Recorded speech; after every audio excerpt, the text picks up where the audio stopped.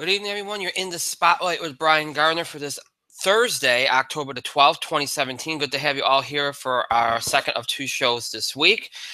All right, as always, before we get going, let me remind you all of how you can interact and contribute to our show. Have your voice heard by emailing us at itspotlight411@gmail.com. You can also follow us and tweet us at itspotlight411. Please remember to use the hashtag itspotlight411 for anything you tweet regarding our show. And of course, you can find us on Facebook. Just search for In the Spotlight 411 on Facebook, and then make sure you like our page once you're on it, once you find it. Okay, so let's try and get ourselves set up here. You're going to hear a real echo there. All right, so here's the deal for tonight here. As it's been the case, well, as I said on Tuesday, we will be celebrating our 7th anniversary tonight. We're not doing something big, as I mentioned on Tuesday. And I kind of set the stage for this on Tuesday. All we're going to do is we asked you all to submit in topics, questions, comments. You know, we're calling it. I'm calling it like a fantasy segment.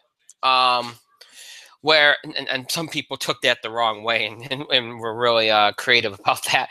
And I knew that was going to happen. I probably came up with a better name than that. But anyway, we didn't want to do a whole we've done this in the past where we've done like a reminiscing thing, ask people what their favorite memories were, and kind of recap things that have happened over the years, all that kind of stuff. We've done that before. We didn't want to do that. And it's when it's not a big anniversary. It's like a 5th or a 10th or a 15th or something like that. So you don't need to do something overly, big. So, but we want to do something, and in keeping where we're kind of going with the show and everything. Like I said on Tuesday, I thought this would be a good idea to do this because it's going to it adds just towards what we're going to be trying to do, over the next few weeks and months to come here. And so that's why I went with this, because I thought, you know what?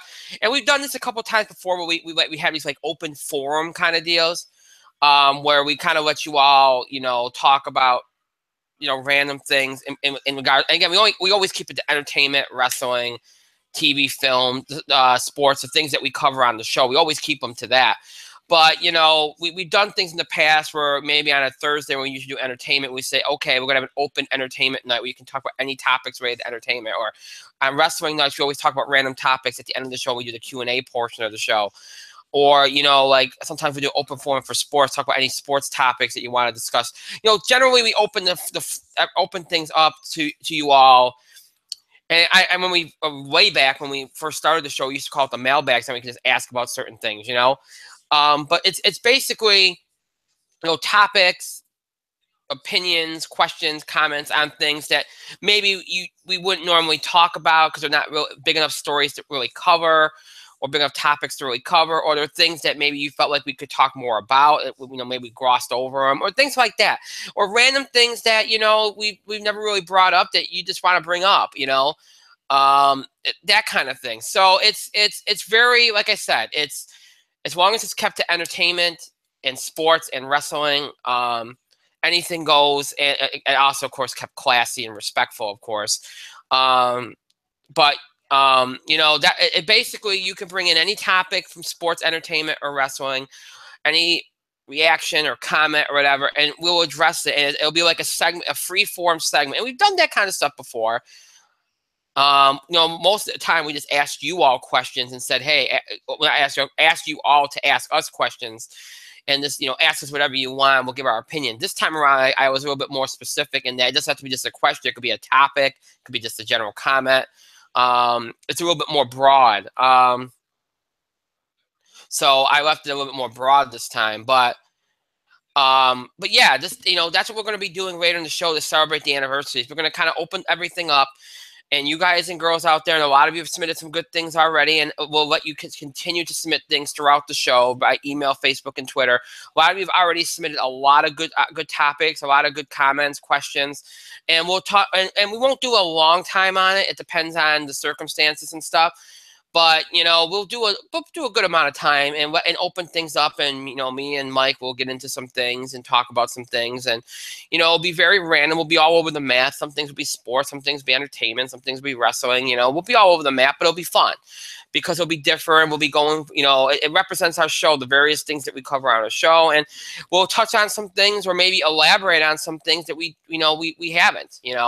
So it'll be cool. It'll be, again, it's a free form kind of segment. We've done something like this before, but not nearly as broad as this. So that's what makes it different. I thought it was a nice way to kind of celebrate, because that's what we're about, representing you all and giving you all a voice and that kind of thing. So we've always been like that, and we're always going to be like that. So I thought it was a good way to celebrate, and of course, again, edge us towards what we're going to be becoming in the next few weeks. So, kind of the same, the feel and tone and the energy of the show that we're going to be going for coming up is going to be represented in that segment in a way. So, I thought it was a nice touch to kind of edge us where we're going, and kind of edges where we're going, and also, of course, again, kind of represent what we've done over the years and that kind of thing. So we'll do that later.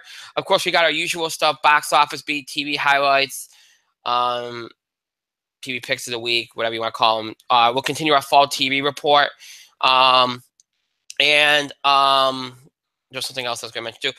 We're going to talk about the changes. I've been saying for the last week that I'd be talking more about the change. We will.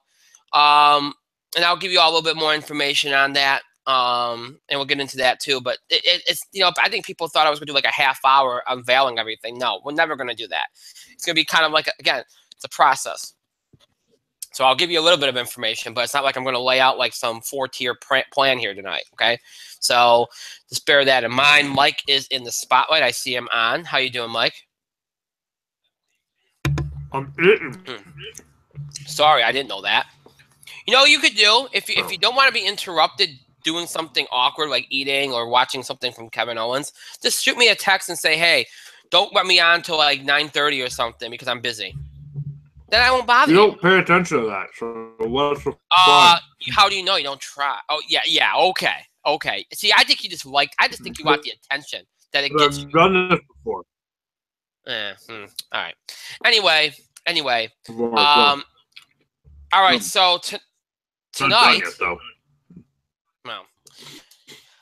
All right, so tonight, as you all know, whenever there's a playoff game of some sort on tonight, up against us, I should say, we always make sure we cover and give you score updates, and we do have an MLB playoff game tonight, and that's Game 5 between the Cubs and the Nationals. It's taking place from Washington. This game on TBS. Right now, the Cubs are making a little bit of a comeback. It was 4-1 Nationals in Game 5. Right now, I'm trying to get the score up. I think it's 4-3, but I might be wrong. I'm trying to wait for the score to pull up here.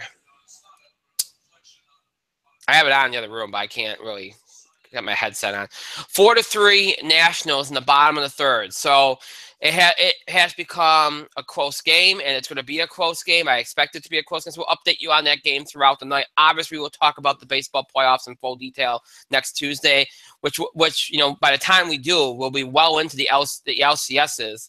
And this is the only piece of the puzzle we're waiting for tonight: Washington or Chicago, because the Dodgers have already advanced, the Astros and the AL have advanced, and now the Yankees have advanced after a shocking upset in the ALDS last night, and we'll talk about that on Tuesday as well. So Yankees, Astros start tomorrow, Game 1. Game 2 of that series will be on Saturday. Game 3 Monday. Game 4 Tuesday. And then if necessary, Game 5 on Wednesday. National League's Championship Series, the NLCS, will start on Saturday. We'll get that set up tonight. Again, either the Cubs or the Nationals versus the Dodgers. That series will start on Saturday with Game 1, Game 2 on Sunday, Game 3 on Tuesday, Game 4 on Wednesday, and Game 5, if necessary, on Thursday. That's the way that will play out over the next week or so. So, again, we'll keep you updated on the Cubs Nationals, a big game. Obviously, for the Nationals, maybe more so than the Cubs. The Cubs want to try to repeat, but for the Nationals, who have been in this position before and have been on the opposite end of the result before in this first round, they are trying to finally have their big breakthrough here We'll see if they can do it tonight. It is 4-3 Nationals in the bottom of the third. So we'll keep you updated on that throughout the night. That'll be our kind of mini little sports coverage for the night. But yeah, so all right, so let's get right down into it. Let's get into our normal deal here so we can get the ball rolling. So all right, so the box office. You know, you think you're going to have a big weekend, and I've been one of those people over the last couple months when everybody was saying the sky is falling at the box office. I was one of those people saying, calm down, back up. You know what? It's just that people have gotten out of control with their expectations and their predictions. And, the last couple years where everything was just crazy in terms of records being broken and tons of movies making money that maybe you shouldn't have made as much money as they did. I understand that sometimes things can get out of control and then all of a sudden you think it's just going to keep being like that. And it's not. There's gonna be periods of time where it just doesn't do that. The box office just doesn't do that for whatever reason. And then all of a sudden it makes a comeback. Well, this is probably the first week of the year that I feel like, I think people have a right to be disappointed. And it's an odd reaction to have, only because the reason why I feel like people should be disappointed because of one movie. Because realistically, if you look at the rest of the movies, all right, if you look at everything else that was coming out, the expectations were not that big. All right, the My Little Pony movie, you knew with Lego Ninjago coming out a few weeks ago, and you knew that even though it's a popular brand name, all right, and I know it's Columbus Day weekend and everything, but you still knew that this might not do huge business, okay? You knew that going in, all right? The Mountain Between Us was going to play it to an older crowd, so you knew that it could go lower, or maybe it could edge towards maybe 15 million tops, all right? That was about it. This weekend, this past weekend, for better or worse, was going to be about Blade Runner 2049. It was going to be about this movie for better or for worse. And a lot was riding on this movie. Because if you think about this, other than it, there has been nothing huge at the box office in terms of like big box office since the beginning of July. I mean, maybe the middle if you want to count Dunkirk, which did okay. But there hasn't been. And, people will say, well, wait a minute, August is usually not that big. Well, usually the beginning of August can bring you something good. And it really didn't this year. So, and then the end of September, you usually have some movies that do, and Kingsman did well, and Lego Ninjago did well. They just didn't do as well as people thought they were going to. Ultimately, they're going to be both going to be fine. It's just that the expectations were so high that some people are still thinking. And look, they did really what they needed to do. They should have done better. They could have done better. But I think both studios would be satisfied with the end result. But still, if you really think about it, as far as movies hitting these high expectations that people have, we really haven't had that, other than it, which exceeded expectations, since July. Blade Runner was supposed to break that cycle. Blade Runner was supposed to at least hit a certain mark and probably had a good chance to exceed expectations with the theater count it had. It did not do that. It very much disappointed. With $32.7 million for the weekend. We're not doing a 4-day thing because most people didn't do the whole Columbus Day weekend thing. Didn't do like 3-day numbers, 4-day numbers. So I'm not going to do that here. Now, here's the interesting thing. So much of this summer and so much this year, we focused so much on the fact that a lot of movies that didn't do well here were doing better internationally. And that's helped a lot of movies that people thought were flops, make a good profit and, go on. But this movie, Blade Runner, is the complete opposite. Its splits are pretty even so far. It's 43.2 in domestic, 49.2 foreign. $92.4 million worldwide so far. It's at a $150 million budget. With marketing, it's probably well over $200 million. So, because it's very well marketed. So, This is a little bit different where the splits are pretty even. Now, it's going to open in more markets and we'll see what happens there. But right now, if this doesn't do better, okay, if it continues this trajectory, then I think you could probably call it a flop. Only because its splits are pretty even. I don't care where you make the money. If you make the money overseas, so what? It's still money that movie's making. So if you make 340 something million overseas and only 40 million here, you're still profitable. And I don't care if that doesn't matter where you made it. You made the money. Doesn't matter. This movie's not making enough money in either area. And that's when you start worrying about it being a flop. Now, of course, the argument's going to be made, well, maybe they waited too long to make this. That was the argument that people made about Tron Legacy when it was made and didn't do so well. Oh, wow, they waited too long. For me personally, I don't think that this happened with this movie because this movie was a perfect movie to lend itself to, waiting this long, waiting for technology, waiting for the right time for this movie to be made. They had a good cast, and they were capitalizing, really, I think, on Star Wars because Harrison Ford kind of made a big resurgence with Star Wars. Not that Harrison Ford ever walked away from acting. He was still doing things. But that was kind of his big kind of return. And, he's been doing these passing the torch kind of movies. The Indiana Jones movie. Now, this with Star Wars and now this. It's kind of like his way of trying to wind things down and kind of step back a little bit. So I thought this was the perfect time to do this. Now, can I ignore the fact that maybe there was, there just, other than people wanting to be nostalgic, there just wasn't enough interest? I suppose I could. I've seen some people say, well, maybe it is still it's still hurting the box office. Maybe people are still just going to see. I could believe that. I could believe it hurting other movies, okay? Especially movies in the male demographic. If we're talking about the back end of October, because it's Halloween and people might be looking for a scary movie. Even if they've seen it once, they might go back to see it again because of the time of year it is. I can't buy it being, hurting other movies in its demographic. Columbus Day weekend. I just can't. I'm sorry. And it did do well. It made almost $10 million in its 5th week. It's continuing to rake in big bucks, okay? So it's not like it's not still doing well. But I don't think it had anything to do with Blade Runner not doing as well as it should have.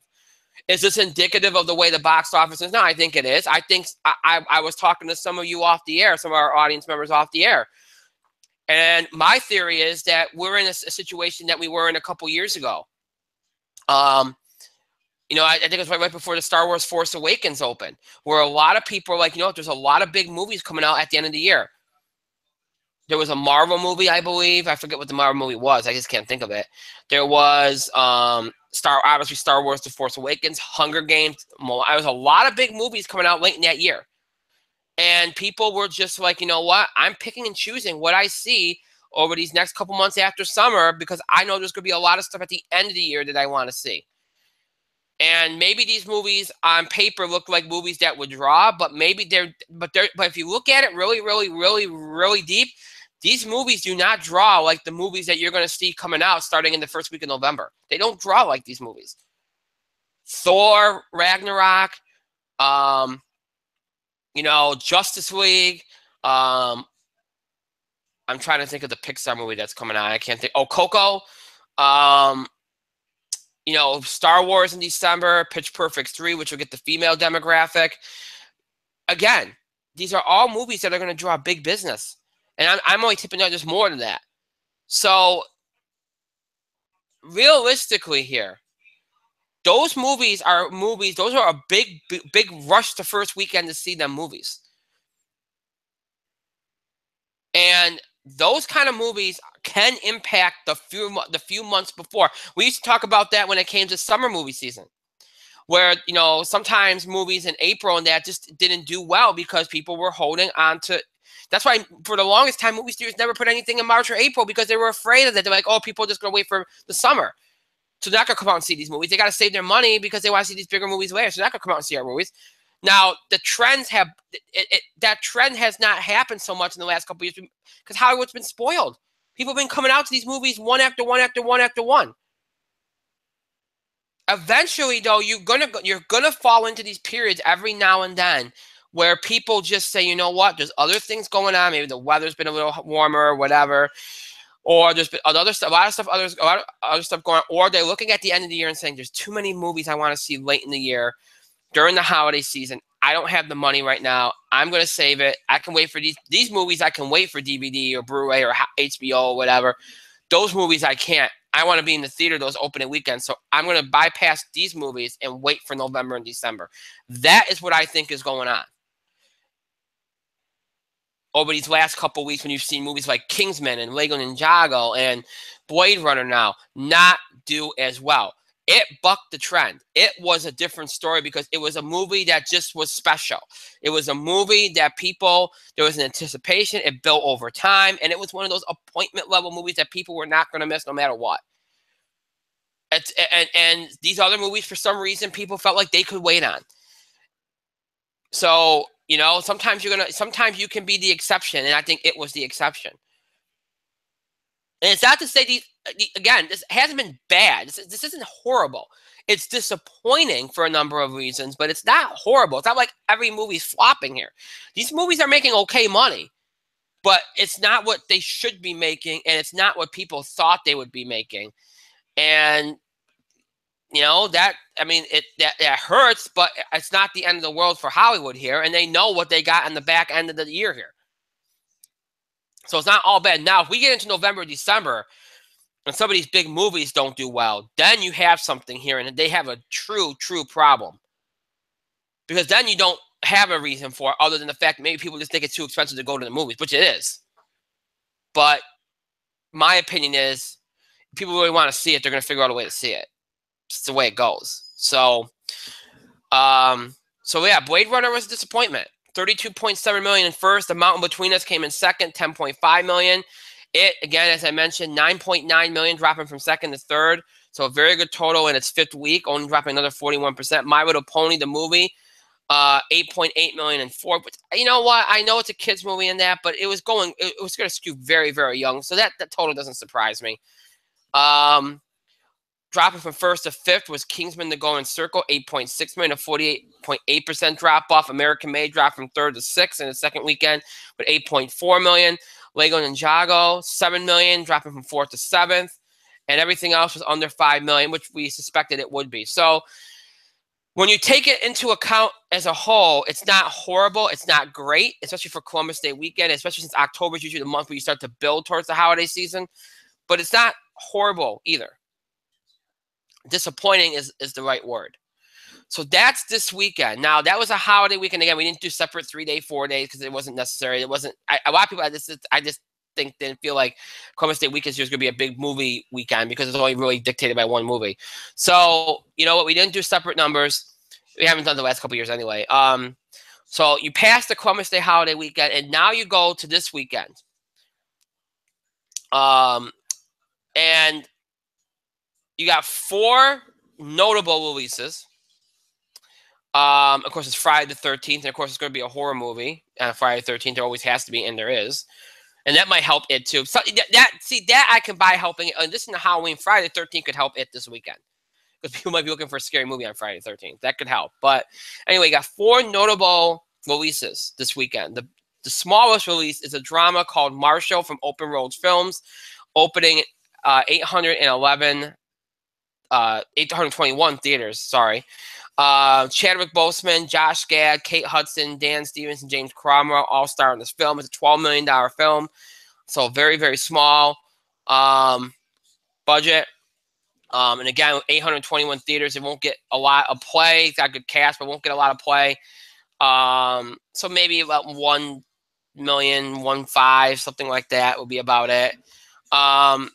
The second smallest release, I'm starting with the small ones. And the last couple weeks, I've been doing the smaller ones first. I think it makes sense to build up to the bigger ones. The second smallest release from Annapurna Pictures is Professor Marston and the Wonder Woman, a drama opening in 1,229 theaters, R-rated, starring Connie Britton, Luke Evans, and Rebecca Hall. Again, maybe 1 million, 1.5 million, 2 million tops. That's about all you can see. It's only got a little bit more than Marshall does. So right around that same general area. So none of those movies are going to factor into a lot. You also have The Foreigner. Now we're getting into some of the bigger releases. The Foreigner, an action thriller from STX Entertainment, opening in 2,515 theaters, R-rated, Only a $35 million budget, which might help it. And it's going to be very helpful to it because it's already made $74 million overseas. And Jackie Chan will do that. 74 million overseas, so it's already over its budget. So anything it does here will be gravy for it. So nothing to worry about with this movie as far as is what it does. Even if it doesn't do particularly well here, it's still doing well overseas. Starring Jackie Chan and Pierce Brosnan. Jackie Chan's also a producer on the film. So, with the theater count, it's Jackie Chan. I mean, you could see it making around, with the R rating, maybe around 10 million. So I don't think it's going to do huge numbers, but about 10 million.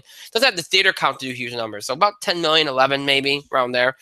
The biggest release, again, Friday the 13th, so of course it has to be a horror movie. And as you get close to Halloween, you're going to see more of those, as you usually do. Happy Death Day, a horror film for Universal, opening in 3,149 theaters. This is PG-13, so it's not too much of a... It's on the lower end of the horror tier, if you will, like I like to call it. Only a $4.8 million budget. So it doesn't have to do much. And it probably won't do much, even with its theater count. There's not a high expectation for it. Some people think it might be able to get to 20 million. I don't see it personally. I'm thinking maybe about 14, 15 tops. I think this could be another one of those lower end box office weekends. Like we saw a couple, I think it was not this past weekend, but the weekend before, where I think he had a movie that was it Kingsman at 16 million and got #1. It'll be like something like that this weekend, I think. That's what I think. How it's going to fall anyway. Another movie to keep an eye on this weekend, and it won't figure into much, but it's a movie that will be expanding over the next couple weeks, and it's going to get a lot of buzz. It's Goodbye, Christopher Robin, a drama from Fox Searchlight. It's going to be in 9 theaters this weekend, starring Domhnall Gleeson, Margot Robbie, and Kelly MacDonald. PG, got a lot of buzz, obviously about, Winnie the Pooh and how it all got developed, and been getting a lot of talk, so keep an eye on that one as it expands over the next couple weeks. And you'll probably see that do a decent number, not a big number, but a good enough number to be recognized, I imagine. So this weekend, again, how I see it, I think it's going to be very close to what it was, not this past weekend, but the weekend before. I think Blade Runner will be #1 again, because even if it crashed, they'll probably hold it between 15 and 20. I think I'll say Blade Runner, 17 million, first place. Happy Death Day, second place, for around 14 million. I'm trying to look at these numbers and see if I can project these. Let's see. Oh, that'll definitely be under. And then I think you'll see Mountain Between Us will probably fall harder. I think you'll see Mountain Between Us around. Actually, no, I think you'll see it around maybe 7 million. Mountain Between Us around 6. My Little Pony will drop under 5. Will be right at that $5 million mark. I think Kingsman and American Made and Lego Ninjago will all be in that $5 million range. Don't ask me how they're going to stack up, because they'll all be very close on that in that realm there, because they're all going to be falling right down at that level, because they're all so close together last weekend. So, yeah, I think there'll be a lot of movies bunched together, but I think that's how it's going to fall. And other than the two movies I mentioned, The Foreigner and Happy Death Day. Oh, The Foreigner. I never gave permission. Oh, yeah, that's that. I never gave a prediction for The Foreigner. That's the movie I was forgetting. That's why I was thrown off. All right, so Blade Runner, I'm going to say around 17 million, as I said. Happy Death Day around, let's say, 14 million or so. The Foreigner around 10, 11 million. Mountain Between Us, maybe 7, 8 million. I think it will be right around there, too. So I'll go 8, 7.5, 8 million, maybe 7. Mountain Between Us, 6.5, 7 will be close between those two movies. And again, you'll probably see Kingsman, American Made, My Little Pony, and Lego Ninjago all between like 5, 5.5, 6 million, in that range, maybe a little under that, all bunched together there at the bottom. It'll be a very close little race there between all those movies. So that's the way I see it. I think Blade Runner will repeat. And hopefully things will get better, start to build to get better after that. And that weekend after, the weekend of 20th, you got 1, 2, 3, 4, 5 notable releases. And that's what happens. You're going to start seeing some of these movies throw as much some of these studios throw as much movies out there as they can before the holidays that they don't have faith in, or movies that they don't think can do very well against big competition. They're going to throw out as much of those movies as they can over these next 2 weeks after this, of course, after this coming week.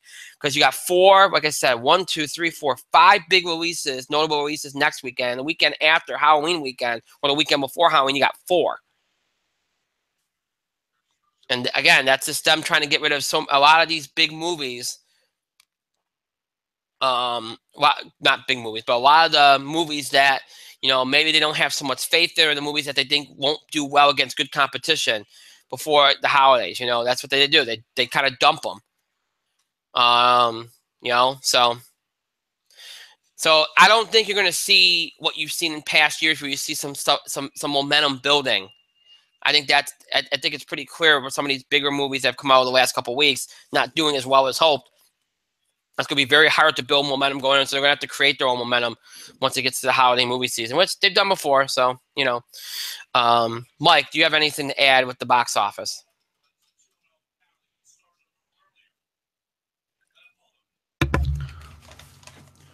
I finally finished my dinner. Cool. Thank you for talking for the last so long. Sure. It allowed me to chew my food. It was delicious. I had to cook it myself. It was fulfilling. Oh. And maybe, and I believe, fulfilling is another Jared Leto movie not doing so great. Who would have thought? I never even thought of that, but yeah, you're right. No, I'm not saying Jared Leto isn't a draw. It's Jared Leto. He gave us one of the worst Jokers of all time. Now, I think people might have forgiven him, but I don't know. I really don't have too much to add. Did okay. It's going to have a hard time making up its money back, but here's the thing. 2049 or whatever, 3049 or whatever the fuck it is. Getting to be, it's kind of going right to like this cult. It might slide into being a cult classic. Ironically, exactly like the first Blade Runner. At the box office. So if there isn't an audience for it, it's because it's a cult. It's 35 years later. It's a sequel to a cult classic. This isn't Indiana Jones that was fucking box office gold from the moment it came out. It wasn't Star Wars, which was box office gold from the moment it came out. It was Blade Runner. Yes, it was a big Harrison Ford vehicle, but it was a Harrison Ford vehicle that was a cult classic. It didn't grow huge numbers over time. So,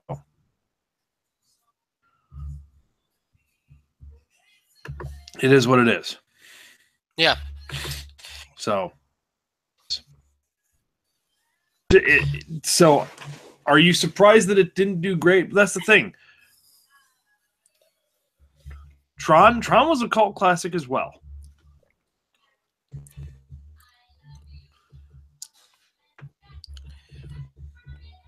Take it for what it is.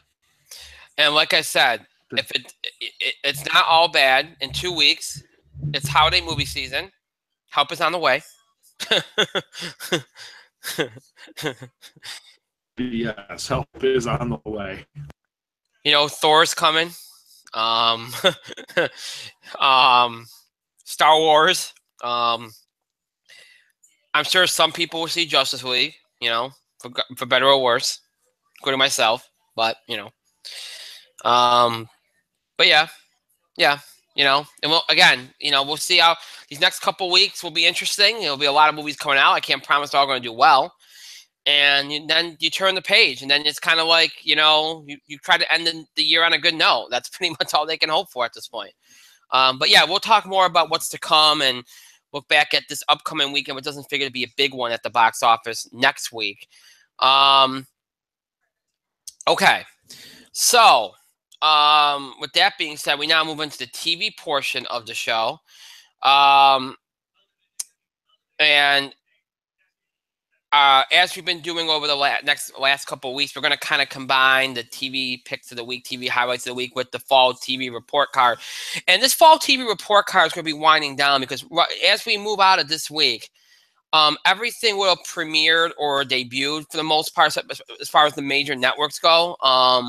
So with that, this will probably be the last time we do it. I mean, that doesn't mean we won't still talk about any of these shows or any shows that we kind of encounter for the first time or anything like that.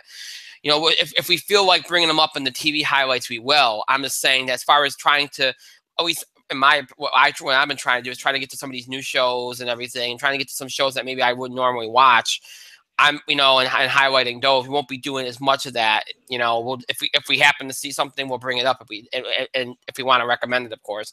If we don't, then we just won't bring it up. But but yeah, this will be the kind of the ending of the fall TV report card series, and that's what we do. Mid-October is usually when we cut off on it, and then it's kind of go back to just the normal TV highlights. So, I'm pretty proud of myself. I got through some things this week. I did engage with some new stuff this week. First of all, I watched an episode of this show. I'm going to start because I just want to get this before I forget, because I've been forgetting things left and right today. This show debuted last year, and I watched the first episode. I didn't think it was bad, and then I just never went back to it because I had too much stuff to watch. And so,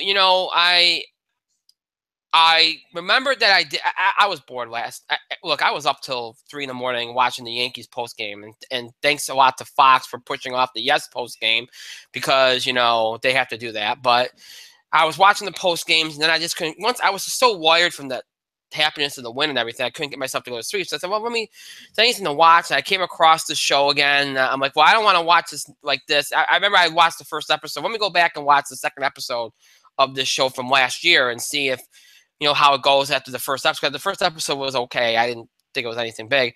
So I watched the second episode of the show, and the show was Riverdale, which I guess is based on the Archie comics thing. And believe me, it's nothing like the Archie comics, okay? And it wasn't bad. I mean, if you get past the fact that it's trying to be this, the typical CW show of all the big couples and everything like that, but it's it's got the mystery of the week vibe, and it just kind of sexes it up a little bit. I mean, I don't mind it. It's not bad. It's not something I would seek out every week, but I mean, if you're into mysteries and you don't mind, seeing the whole usual CW vibe where they like to have the big couples and the younger couples, getting together and hooking up and everything. If you won't mind that, and you can look past that, the storytelling isn't bad. So, I didn't check that out. What else did I check out? I did see Flash this week. I really don't care anymore. I really don't. I'm sorry. I just don't. I'll watch it, but I don't. I just don't. I actually just. I can't. I'm Arrow. After seeing Arrow make the comeback it did last year, and hopefully it sticks. It makes me wonder why the hell Flash hasn't gotten its act together yet. And Flash was the only DC show other than Gotham that I got into this week. Gotham was great last week. Gotham was really good last week. I thought it might have been one of my favorite episodes they've ever done. It had a very interesting.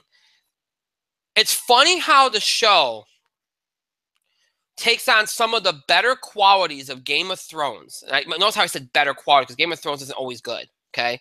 Took on some of the better qualities of Game of Thrones at a time when I feel like Bruno Heller doesn't have as much control.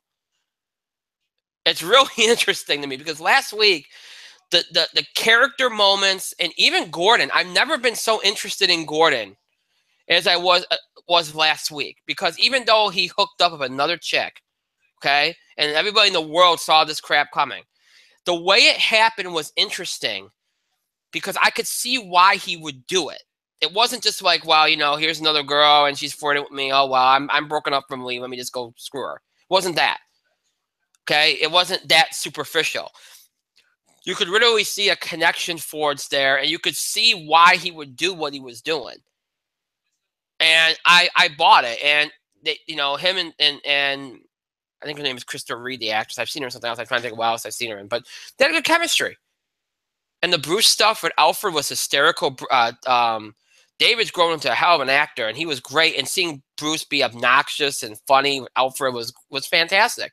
The reason why this show has gotten better, literally overnight, is because they finally said, you know what? We might not be able to go full on Batman, but we can do a version of it, and we can do I mean, you're going to do your own canon. You might as well do something. And that's what and they finally decided that, hey, you know what? We're going to be a Batman show without being a Batman show. Here's Bruce becoming like proto Batman. We got Serena being proto Catwoman. We toned down Barbara to the point where she's still interesting and still crazy, but she's not so over the top. And Harley Quinn, like, you're not pissed off.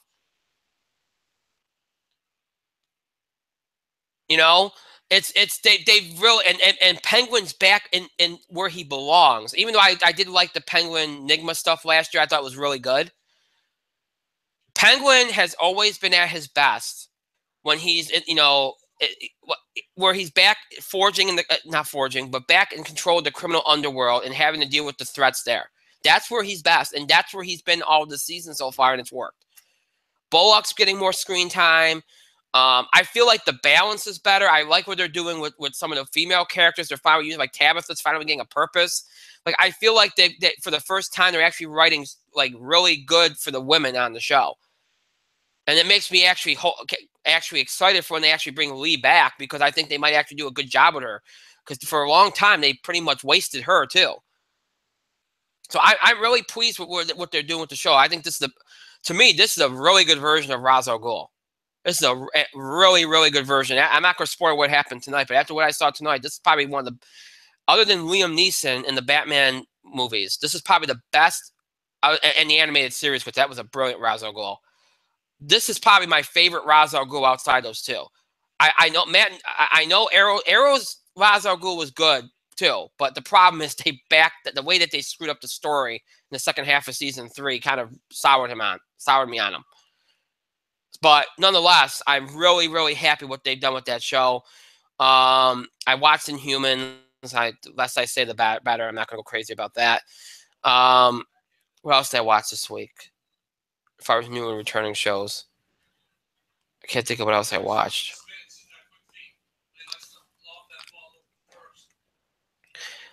I don't know. I'm trying to think. And by the way, folks, there's shows I'm just not going to watch, even if they're return. I'm okay. I'm not going to watch like Scandal or anything, so don't even go there. But I did see the first episode of Will and Grace finally, because I was curious, and it was okay. It was okay. I thought. I mean, it was, you know, what I expected it to be, maybe a little bit funnier. You know, I thought they picked things up really well. I thought that, you know, the caster has the chemistry. I thought it was pretty good. You know, I was never a big fan of it, and not because I like shied away from it, but because it was one of those shows that I didn't really watch a lot of NBC shows back then. You know, I didn't. You know, if I caught him, I caught him. If I didn't, I didn't. I was watching other networks, so that's the only reason why I probably didn't watch it. But I knew of it. I knew about this, you know, a lot of the stories they did and a lot of the things that they did. So I'm not unfamiliar with it, and it was good. It was good, and I think I could see them kind of making this a permanent thing and bringing it back maybe for like 13 episodes a season or something. I could see that, you know. But yeah, so that's pretty much it. I think there's more, but I can't think of everything, and those are the only ones I wrote down. So, but yeah, that's my fall. That's my TV highlights and some of my fall TV recommendations here. Mike.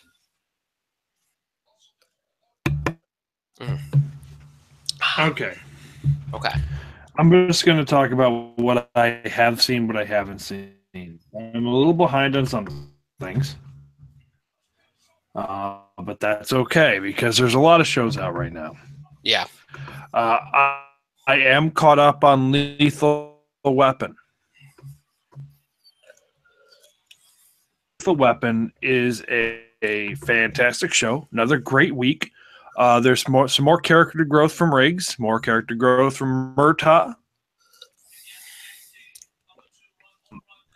The actress playing Palmer, this was her last episode for a while, so obviously there had to be a kind of resolution.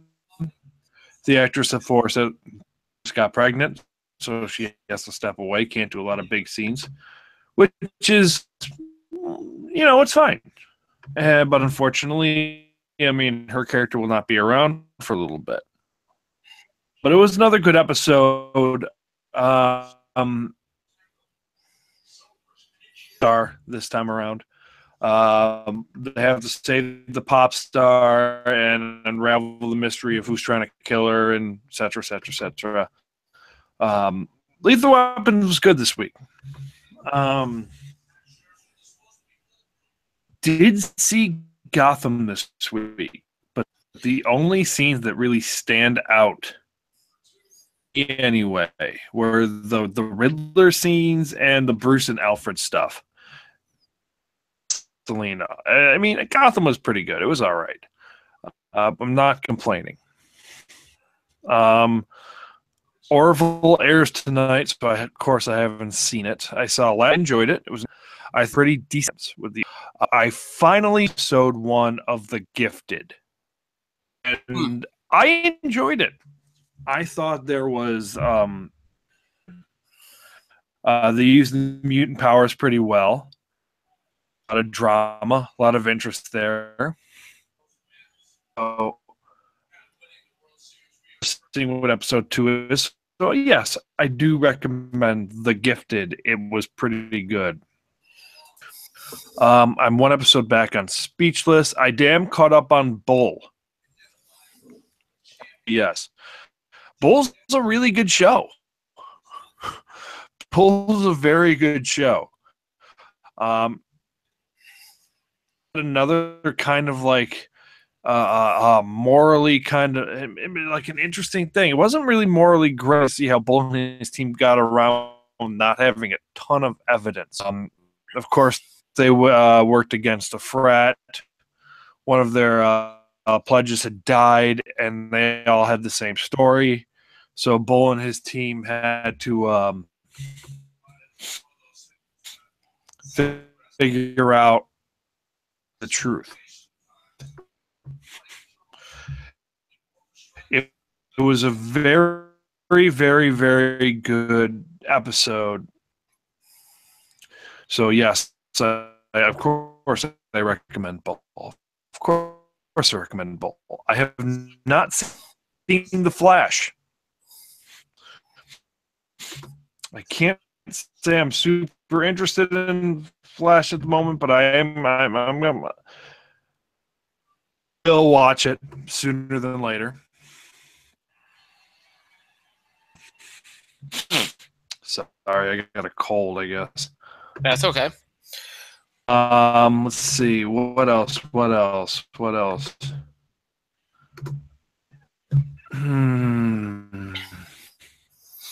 Oh, there's a show on ABC. Debuted. I saw the first episode. It's called Kevin Probably Saves the World. Starring John Ritter. What's the son's name? Jason Ritter, yes. Starring Jason Ritter. Yeah, it's Jason Ritter.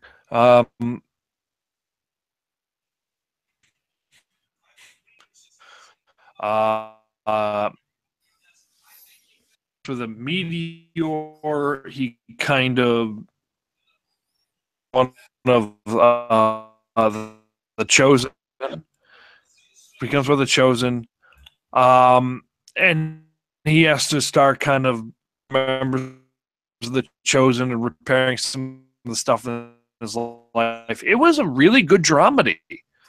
Jason Ritter was really good. There's a lot of good drama. A lot of made sense. A lot of it made sense. The story made sense. It was very interesting. Very well acted. I'm actually looking forward to the second episode. The script was good. The actors and actresses are fantastic. Their motivations are pretty good.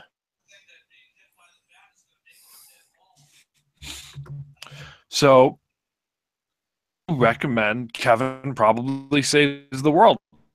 I hope it does well.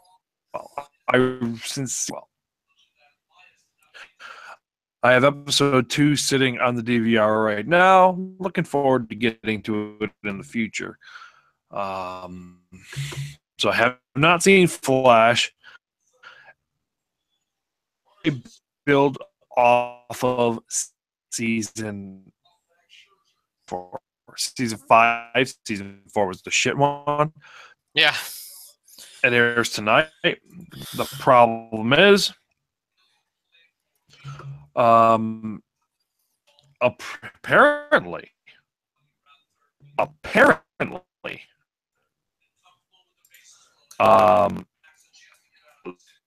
there's some screens of Felicity and Oliver kissing. I am not looking forward to that. If we're going to go back down the Elicity hole, the Elicity hellhole, I skip Arrow. No good can come from that, despite how many people on Twitter enjoy it. More people don't. It ruined the entire of the show. So I don't have high hopes for the DC shows this year. Legends of Tomorrow, haven't seen it yet. Came back last night. So I'm going to say for now,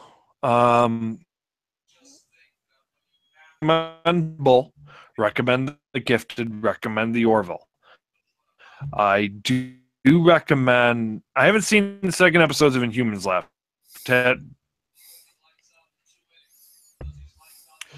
I do recommend Lethal Weapon, Speechless.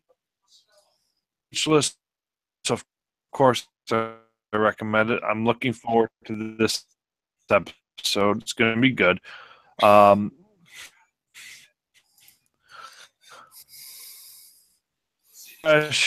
Haven't seen South Park. Just enjoy it. Except for good luck, everybody. Good luck.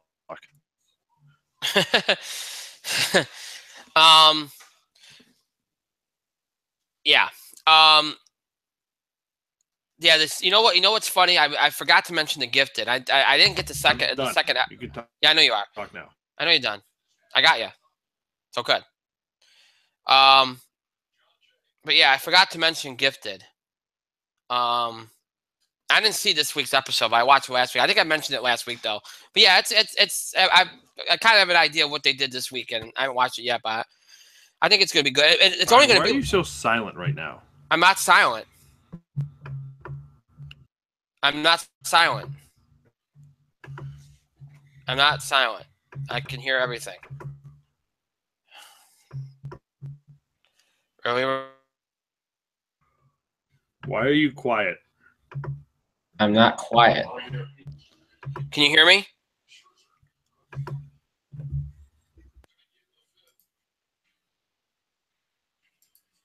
Now can you hear me?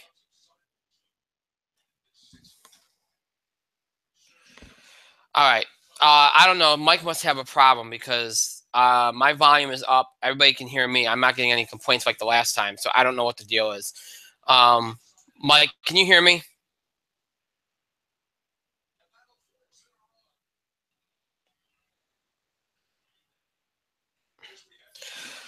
Okay, I guess we got an issue with Mike. So yeah. Let me see if I can figure out what's going on here before we move on, because I need him for the next segment. Let me see if there's folks. If you're having trouble hearing either one of us, can you please let us know by email, whatever. So far, nobody's sent anything to me. Here we go. Let's see if it works now. Mike, can you hear me?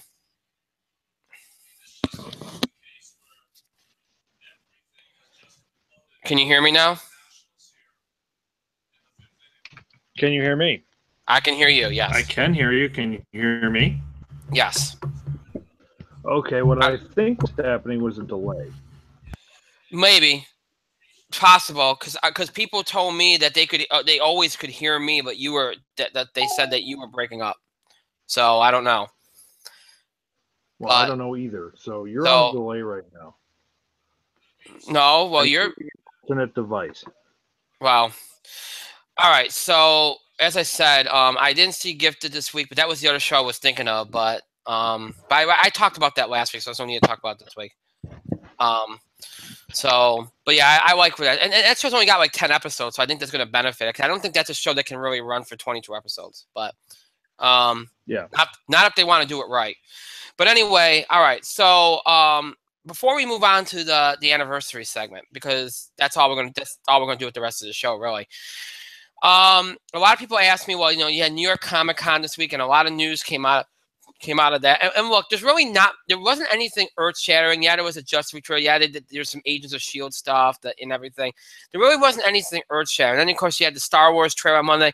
There really hasn't been anything that got out so far that's been really big. And really, none of you have been asking me over the last couple of weeks to talk about any particular entertainment news.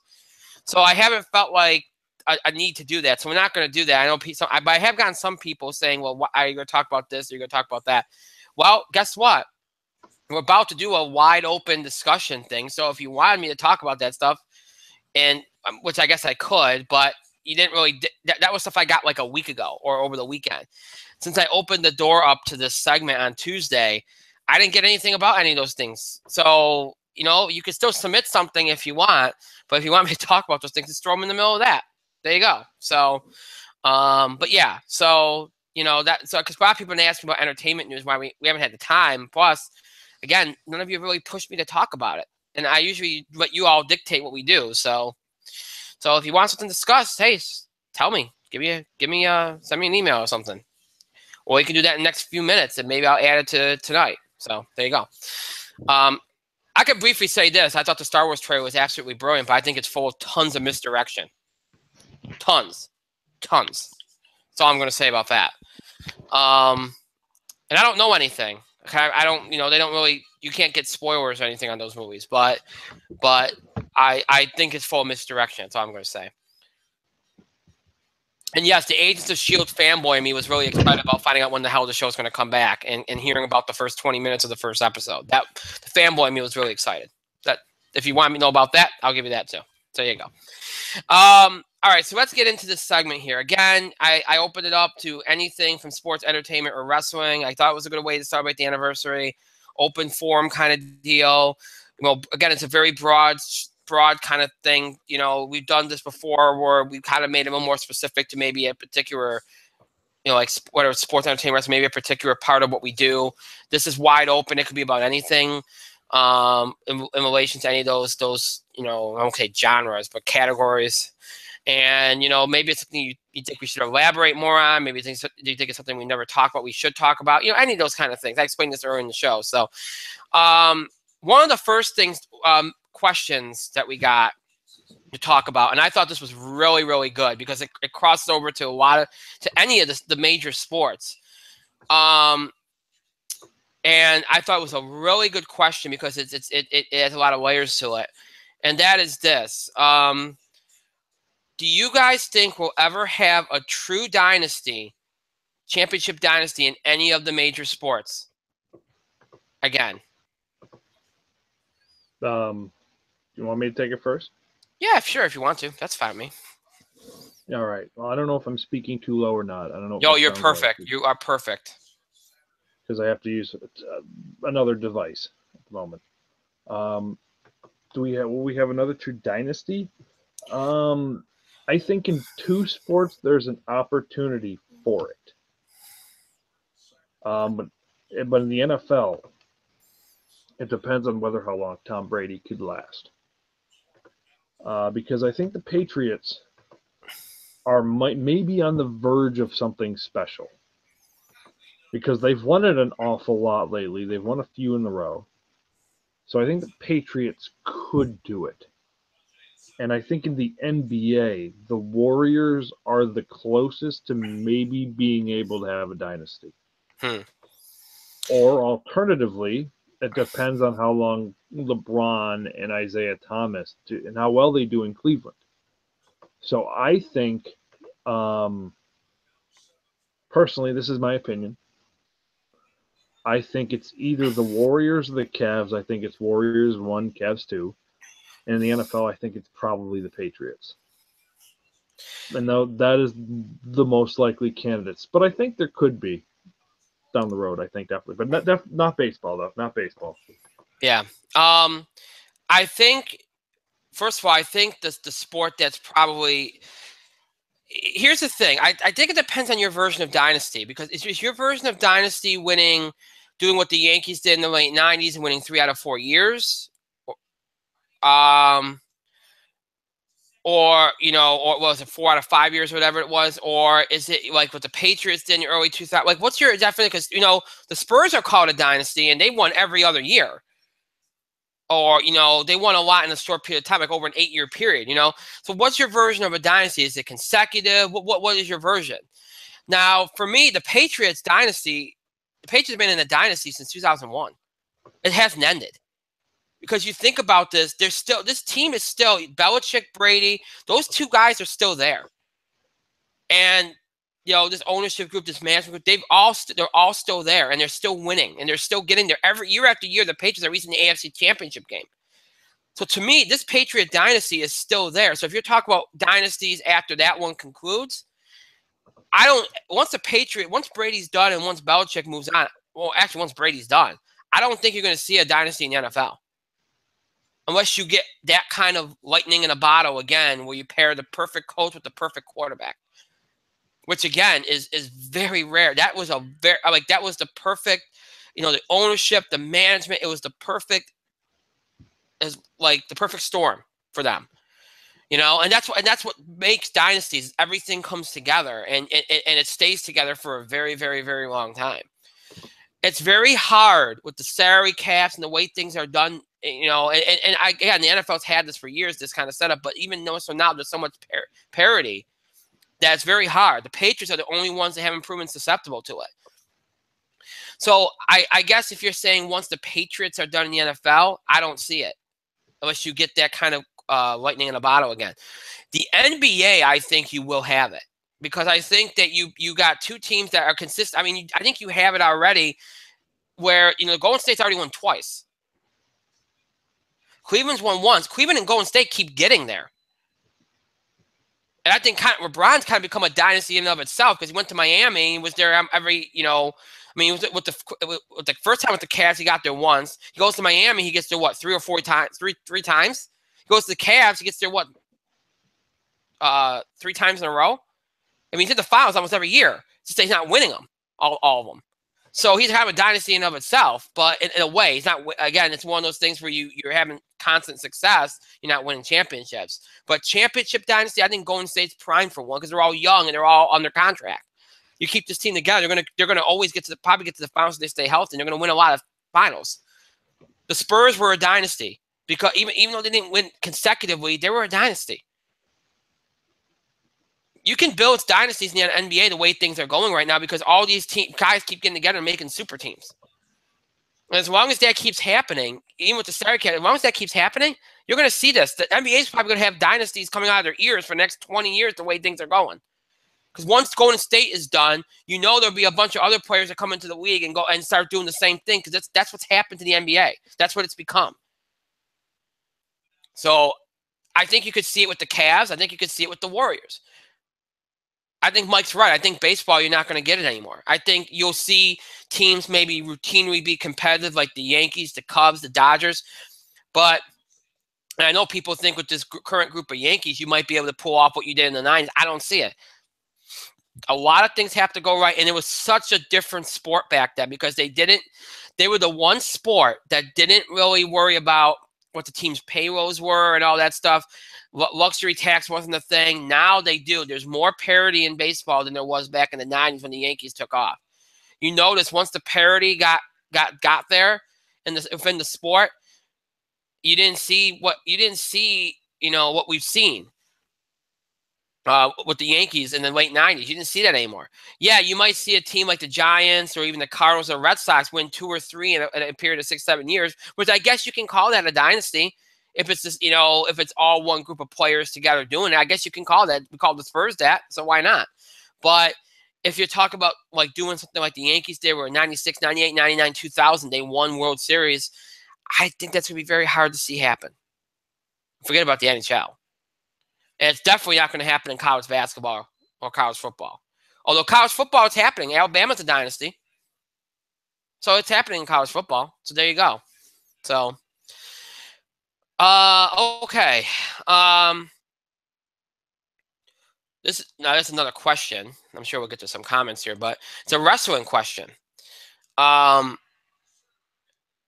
Based on what's been going on with guys leaving WWE to go back to the independents, do you think that there's been a shift in the business where guys are no longer afraid to go back to the independents, and we'll see more of this in the coming years? Hmm. It's a good question. Interesting question. See, I don't think guys have ever been really afraid to go back to the indies. I think the market's hotter now than it's ever been, though. And I think you can kind of see that, example with Cody Rhodes. Mm-hmm. Cody Rhodes left WWE. He wanted to do a bunch of things on the indie circuit. Joined Bullet Club. Joined ROH. Wrestled in PWG. He wrestles all over now. Cody Rhodes allegedly is making as much money now as he did in WWE. Right. Allegedly. I don't know if that's true or not. But Cody's doing okay. And a lot of the other guys are doing okay too. John Morrison, Johnny Nitro, Right. John Hennigan. He's doing all right. He kind of hooked up with Lucha Underground. He kind of hooked up with Global Force. And he hooked up with AAA. So he's doing okay now. Guys like Rey Mysterio and Alberto El Patron. Well, with the latter, all controversy aside. Right. He was doing very well. Alberto was doing very well in Mexico on the indies. He was doing extremely well. So I think there's a very hot market out there now for independent wrestling. Or let's say a guy like, I don't know, if Roman Reigns, for example, goes out, leaves WWE tomorrow, and he never will, and goes out on the indie scene, obviously he'll take a hit. He'll take a hit and how much he draws and his money and all that. Right. But for some of the cruiserweights, they might make more money, down the line. So it's hard to say. It's rather difficult, I guess. I think it's a case by case basis. I know this question's in response to Neville. Yeah. And I think Neville will probably he's a draw regardless. He'll be a draw anywhere he goes in the indies now. And he'll make his money because his interest in him in Japan. There's going to be interest in him in Mexico for sure. Right. So, and of course, all around the indies and one of the booming markets for the independent scene, there's going to be a ton of interest for him there, is for the British independent scene. Huge interest in Neville there. To the point where they ran that United Kingdom tournament, Neville was one of the guys they brought in. But Neville hasn't left yet. So, yeah. But I know it's a hypothetical. That's a good point. He hasn't left yet. Neville hasn't left yet. So you don't know. But yes, there are some things, understandably so. Here's the thing. I think that with this in this age, with the internet and the ability to see other because remember the thing was before the internet and that you knew other promotions were out there, but they weren't always accessible. People couldn't see these matches from New Japan or anything unless they got a TV deal. So now that people can see them and they can learn about these other promotions, that I think it helps. It builds them up a little bit more, even if they're not drawing and doing business anywhere near what WWE is doing. people, I think some of these other refs see and go, all right, well, at least we're going to get some exposure, and maybe we go out there, we increase our value, we can always go back to the WWE, and that's what we see a number of guys do. They left WWE, they got more exposure, they, kind of got themselves more attention and got themselves a better position in WWE. So I think that what you're seeing is that more guys are willing to make the leap and take the risk in hopes that it'll help them, instead of just, they think of it as a way to make things better for them if they ever go back. Now, there's some guys don't want to go back. And the reason why they make the jump is because they figure, you know what, these are guys that probably don't care about the money. Maybe they've saved their money and say, you know what, if I have to make a little less money to be happy, that's what I'm going to do. I'm not being used, and I want to wrestle. I want to be used. I want to feel like I'm doing something and accomplishing something, and I'm not feeling like that now. So they're more those are guys that are more willing to take the leap and do it.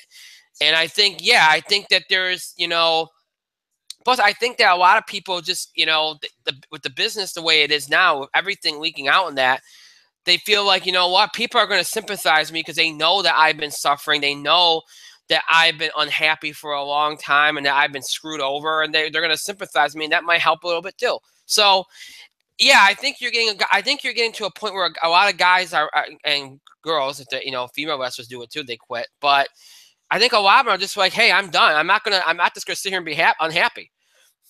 I think they get that this is gonna happen. Sometimes you're not gonna be one of the chosen few, and you have to realize that. And instead of just standing pan saying, hey, I know I'm getting a decent paycheck, whatever, but whatever, But I think some of them weigh, like, I'm not happy.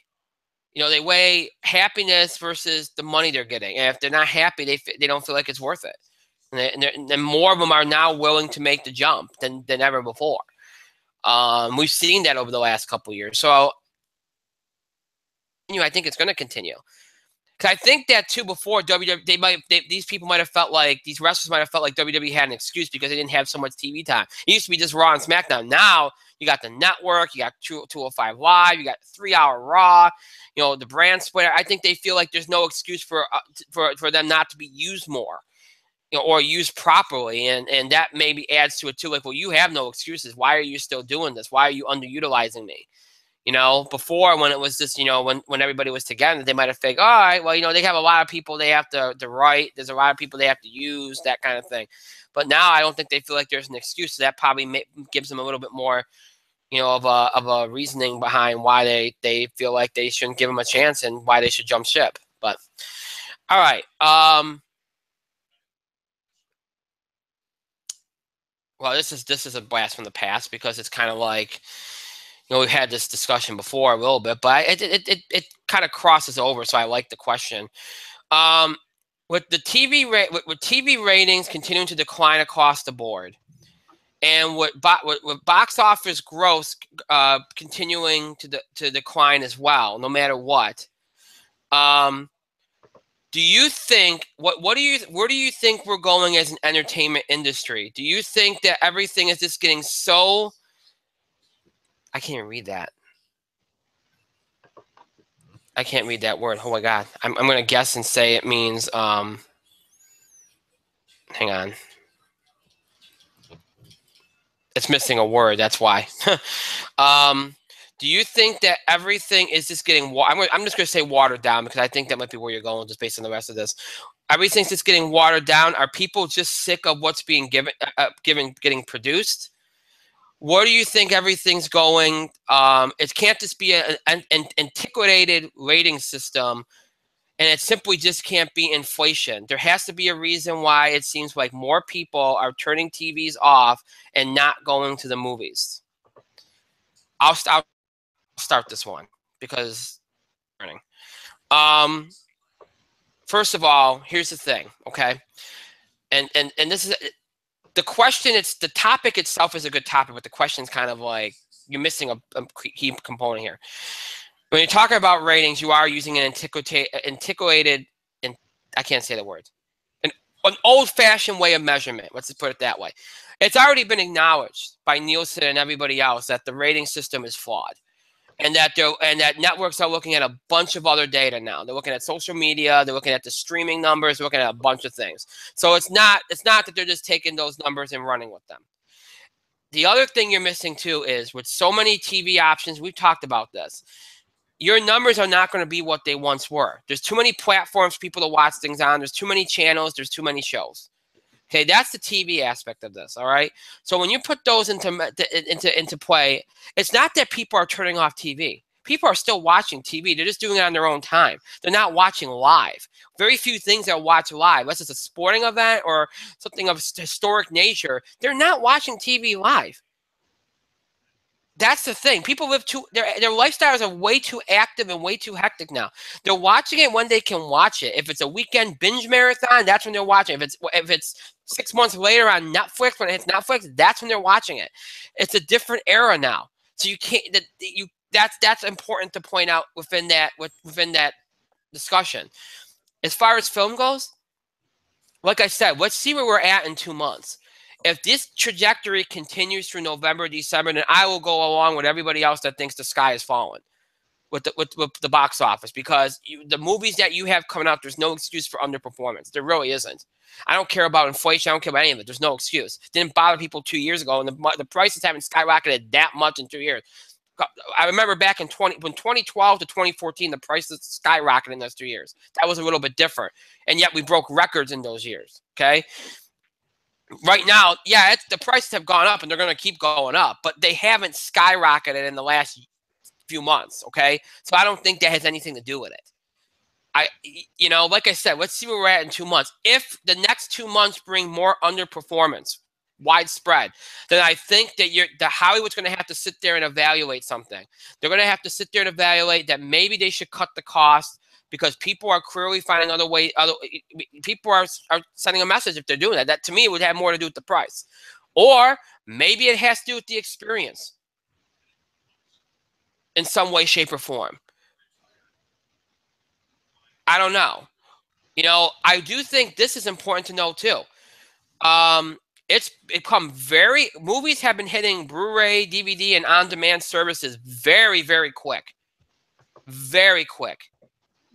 And that means that the wait time to see a movie now is, if you say, well, I'm just not going to see in the theater, I'm just going to wait for it to come out on demand or something, that might mean you're only waiting about 6 weeks.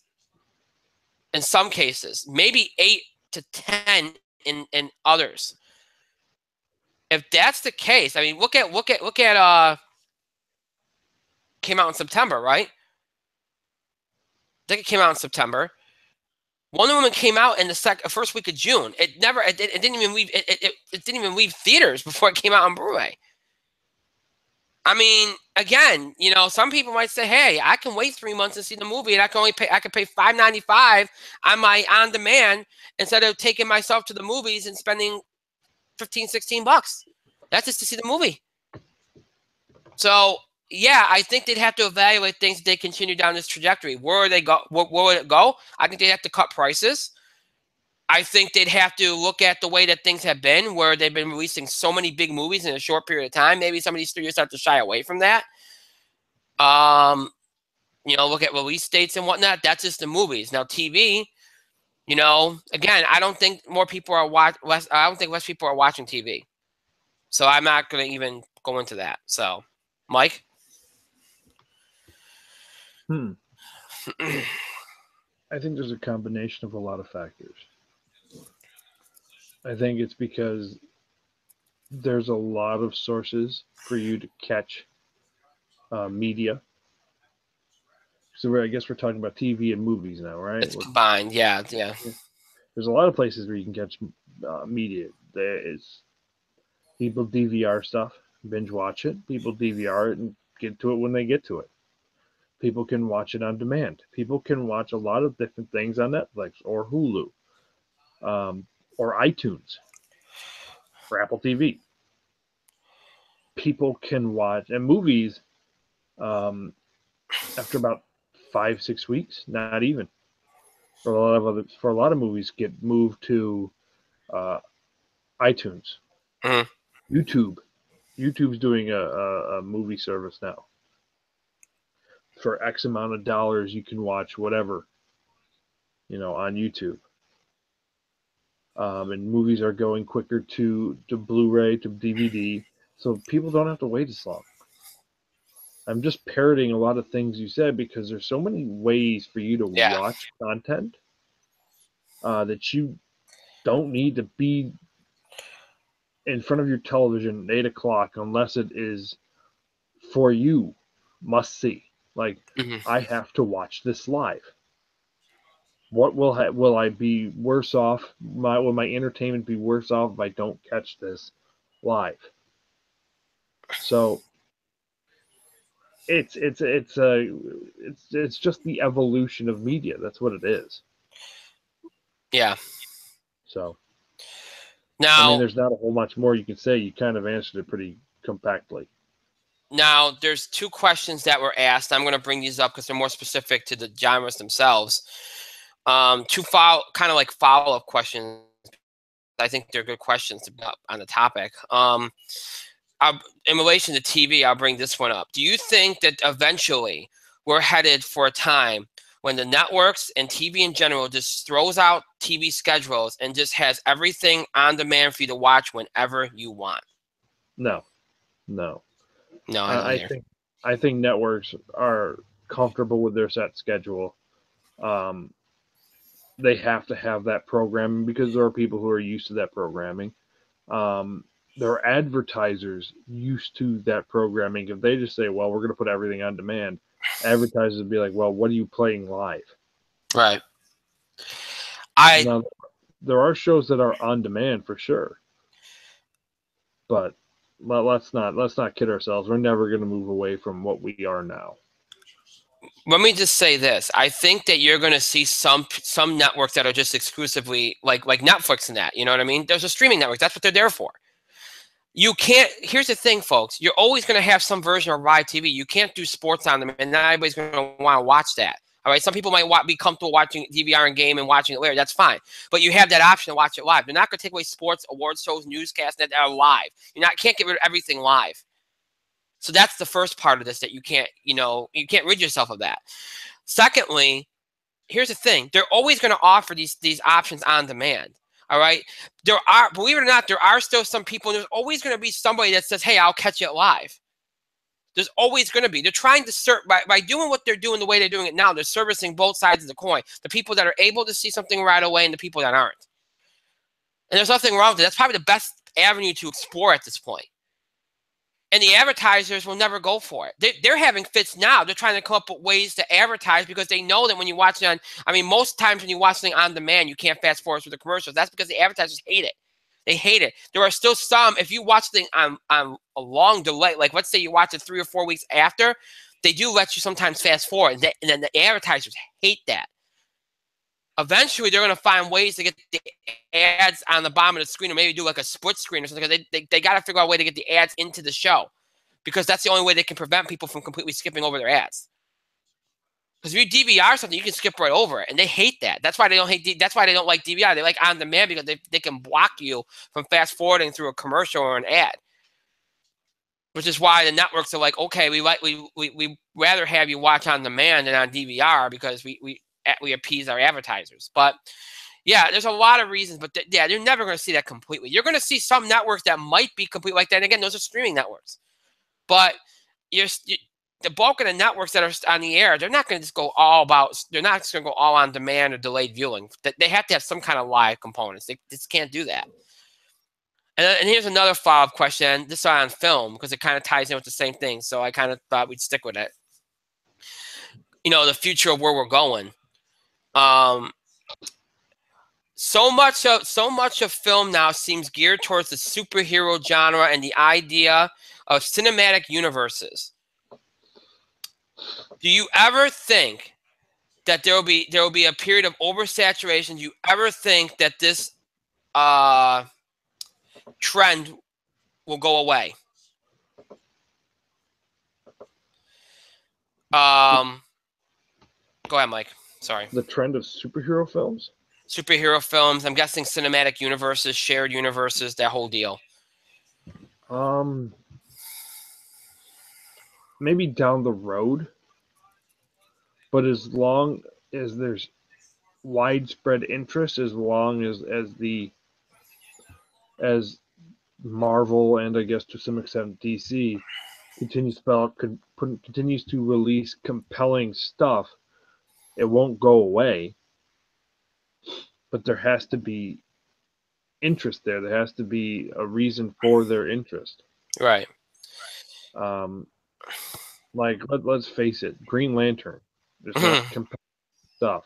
Batman versus Superman is not compelling stuff. But Iron Man was compelling.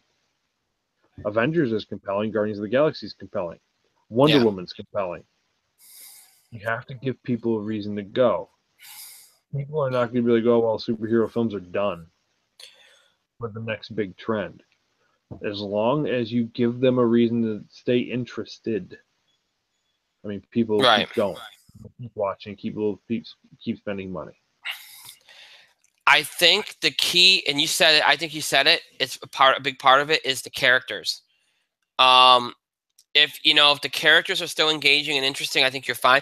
Here's the thing. If you're talking about superhero movies, I don't think it's ever going to die out because we're going on what now? This could be 10 years for Marvel.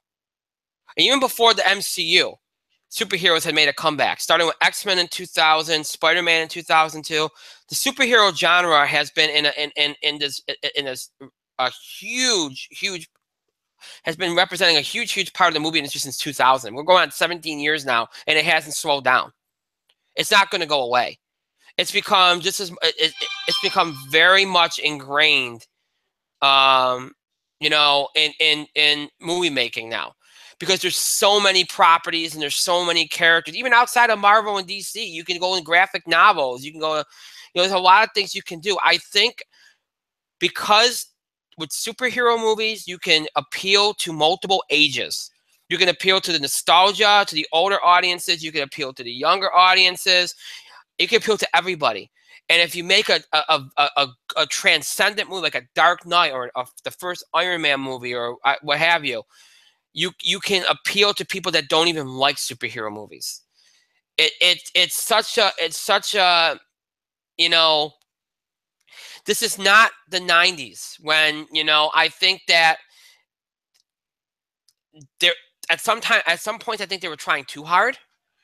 But if you think about even the 90s, there wasn't a whole lot of superhero movies. It was this Batman, Teenage Mutant Ninja Turtles, Batman, and I'm trying to blank on what else they did. You didn't see X-Men on the screen. You didn't see Spider-Man on the screen. You didn't see any of those characters. They wanted to bring them to the screen. They didn't. So who knows? Maybe it could have started even then if they got it right and they brought it out. But again, I think in a lot of ways, I think that helped that they didn't. There really wasn't anything else on screen comic book wise. I think for a long time people were waiting, like, wow, God, I'd love to see an X-Men movie. Oh man, when Spider-Man, when they do Spider-Man right and put him on the screen, it's going to be great. When they finally did those movies, when you saw the X-Men on the big screen in 2000, when you saw Spider-Man on the big screen in 2002, when you saw Batman Begins in 2005, because it erased everything that happened in the 90s. When you saw those movies, it's like, that's what I've been waiting for.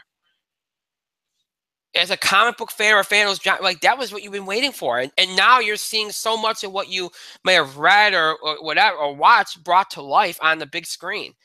So I think all those years where people were hoping for this to happen the right way has helped, because now people are like, you know what? I've waited years and it's finally happening year after year. I'm getting a big comic book movie, and it's a comic book movie I've been hoping that we'd be getting. And I as long as the movies continue to be good quality and they appeal to all audiences, it's never going to go away. I think it's past the point of it ever going away. Because, you look at flash in the pan kind of periods where, certain genres or certain trends go on, like the vampire movies or the what do you call it? People call them the dystopian world kind of movies. Now, they've all come and gone.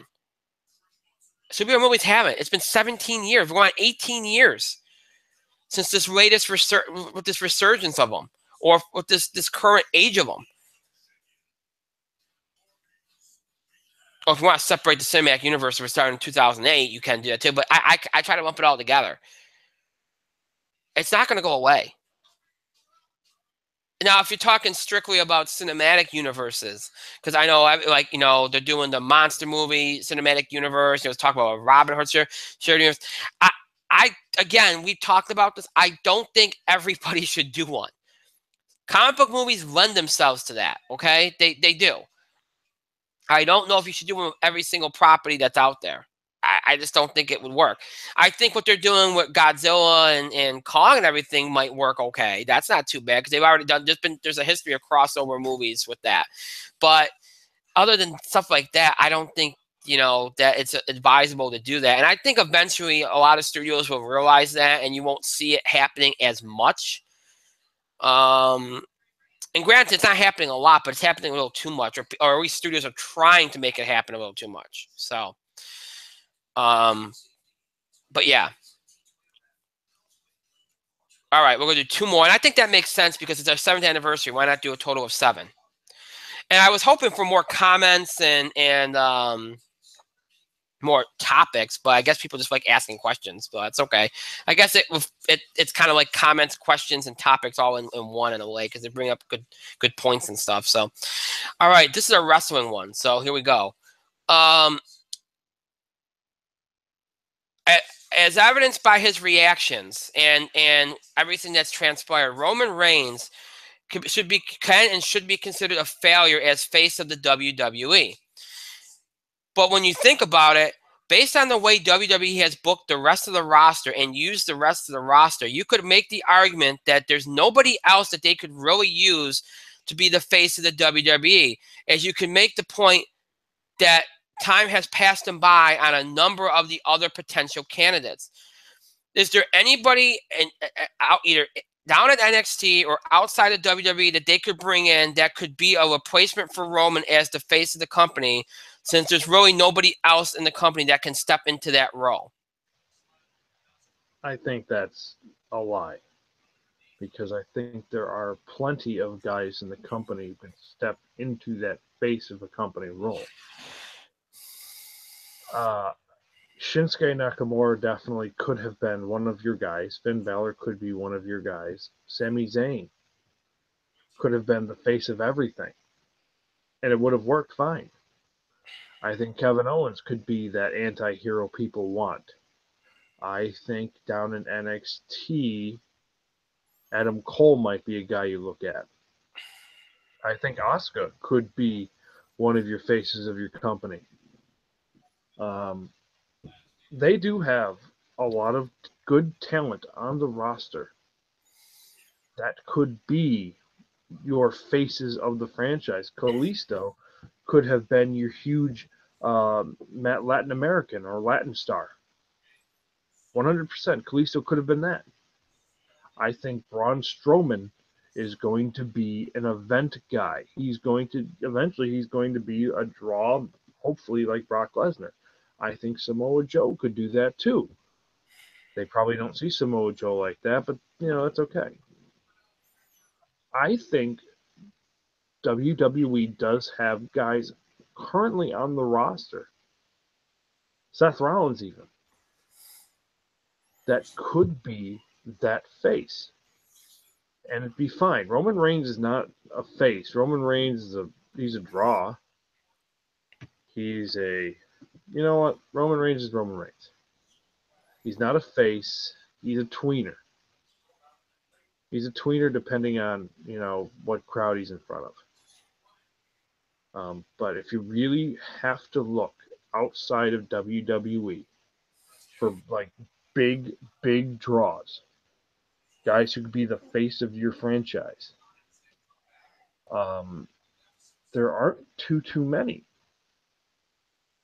There aren't too many. I mean, you can go to New Japan and be like, hey, Kazuchika Okada, do you want to come on over for a few years, be our top guy?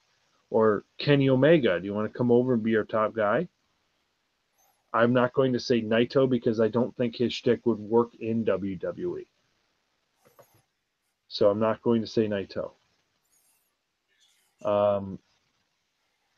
But there are certain things. There are certain guys that you already have that could be your face. And I think Roman could be salvaged, but he needs to be a guaranteed heel. That's just how it works, Right. So there are ways about it you can do. I mean, there are guys you can have. Right. So I can't wait to see what you have to say about guys who could be the face. I feel like this question is being asked of a lot of people. I think I've heard this on a couple of other wrestling podcasts recently. Here's the thing. If you're talking about, I think me and Mike have said this on the show before, where I think that it's a very dangerous thing to say that we're going to invest in just one guy. Because, if you look back at the periods, and granted, I wasn't always a wrestling fan, but when you look back at history, they didn't always have just one guy. There might have been one guy that was the top guy, but there's other top guys with him, so you didn't feel like there's always one guy as the only carrier of the company. So to your point, I think you're right that you do have to have a collection of guys that are your top draws and that are at the top of the heap. And then, maybe there's that one guy like the John Cena, but there's other guys around him, so it's not all about him. So if he goes down, you have other guys that can still carry the ship. And I think that's been WWE's problem for the last few years, is that they've invested in only one guy. And it's like they had to make that one guy happen. And to be honest, I think if hypothetically speaking, let's say it worked and Roman got over huge, like Cena did at the beginning, and they didn't turn on him until later on. If Roman got over huge, I think you might have seen Vince and Vince go, all right, well, let's get some other guys over because he needs people up there at the top of him. I think you would have seen that, but because people rejected it, I think that caused a lot of this to happen, because now it's like, well, I have to work overtime to get him over, but I don't want anybody to outside. He's overthinking everything in relation to Roman Reigns. And that's costing everybody else their potential pushes and ruining them. Now, I do understand the point, too, that they really have hurt a lot of guys in WWE. They've made it so that if they wanted to push other guys to that spot, they actually have to work on that. They have to actually commit time to that and development of that. There are some guys that I think you could still get to that point. Like Rollins, I think, because they gave him that year as a heel where he was at the top. I think they could easily have Rollins up there with Reigns. I think, and he got the video game cover too, so they could do that. I think they could still, even though Ambrose doesn't really represent things very well because he's not a good interview, I think you could use Ambrose in that role. AJ could be kind of like I don't mean to say that AJ's old, but he can kind of be that top guy that's on the older side that can help guys get over. You still got Orton there too, but, but I think it's important to know too, I get the Shinsuke Nakamura thing, but here's the thing. I think if you're looking at face guys that you're going to invest in, and that doesn't mean that they can't be top guys. So let me clarify that. You can have them as top guys. Nakamura can should be a top guy. But I think making them the face of the company when they're at the age of 40 is not a smart idea. You could be one of them, but he shouldn't be the top guy. Your top guy needs to be on the younger side so that when you invest 8 to 10 years in them, you have that 8 to 10 years like they were with Cena, whatever. I see what they're trying to do with Reigns and the Shield guys because they're on the younger side of it. So that's why they invest so much time in them. That doesn't mean so that means you look at guys like, if you're 34, I could still see you giving 8 to 10 years to that guy. But like Nakamura is already 40 or near 40. I think he's around 40. So like you can't make him the top guy. He could be one of them. But you got Owens, you got Zayn, you got Rollins, you got Ambrose. Reigns is a top guy. He should be a top guy. He should be. He is a draw. He's not the draw that they want him to be. You got Braun Strowman. You got Finn Balor. AJ Styles.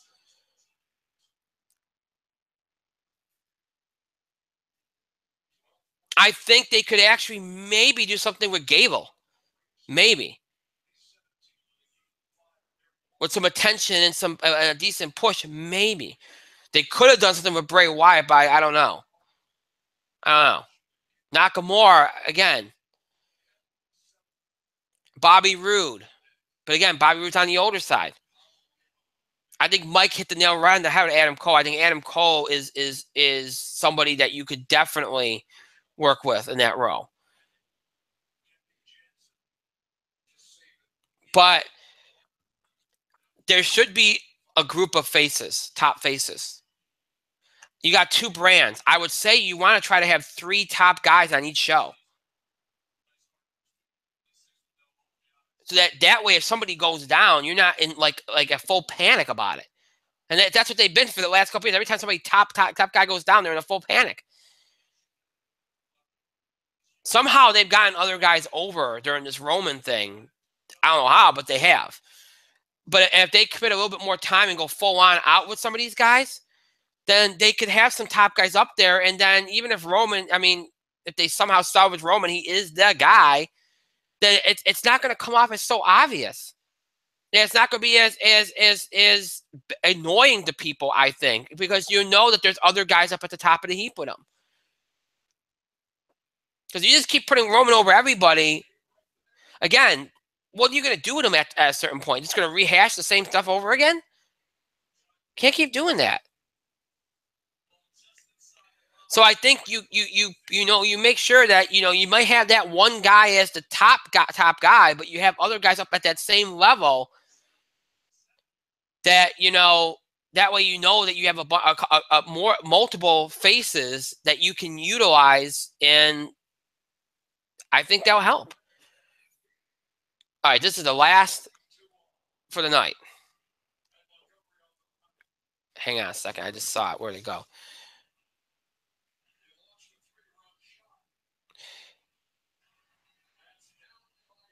With the way that things are going for the NFL, with all the scandals, all the controversies, the ratings plummeting, and the quality of play being very inconsistent, it seems that there is an opening and a vulnerability there for another sport to take the title of America's sport and America's game. Do you think baseball will claim back this title, or do you think there's a chance that the NBA or maybe even the NHL can somehow jump to the top of the heap? The NHL ain't jumping to the top of the heap. Okay, not even close. It's become so it has made a comeback. I will give it that. Not a big comeback, but it's noticeable. But it's become very much in the same vein as I would say. I won't say tennis and golf. Okay, maybe I could say I could say that because it only seems like people get into it around the time of the playoffs. So yeah, I could say that. So I think it's becoming that same vein. Now, I will say this. I think baseball is going to get the title back because things in baseball have improved, and they're going to keep improving at the right time because people are noticing the home runs are back. Are back. The offense is back, and some of the big teams that were struggling for a while, like the Yankees, the Red Sox, the Cubs, they're all back in the fold. And all this has happened right around the time that the NFL has fallen on hard times. And baseball is the one that held the title before football. So I think it's more of a chance and more likely that baseball gets the title back. Ratings are already shooting through the roof. See, folks, the Yankees are needed. I've been saying that for years. Ratings are already shooting through the roof. I do think, though, there's a possibility that the NBA could make it close, though, because they have this great, even though a lot of people say it's bad for the game, let's be honest here. The finals draws a huge number when you get the Warriors and the Cavs together. You got all these stars in one series. It's big. It's huge. People like it. And these super teams are drawing ratings. Now you got the Thunder, all these stars on the Thunder. You got the Rockets, all these stars on the Rockets. And, Lonzo Ball and with the Lakers now, I think you're going to see some numbers with some of these other teams. So, you get these all in the playoffs, these teams in the playoffs, they get some attention. I could see the NBA, as long as the Warriors and the Cavs are drawing and some of these other super teams are drawing in the mix, drawing a good enough number to maybe be in competition with the NFL and the MLB for that top spot. I could see it. I think it's more likely baseball gets it, but I think the NBA will make a run depending on how everything falls for the NFL and how things fall within all these super teams and whatnot. So, Mike? The question was,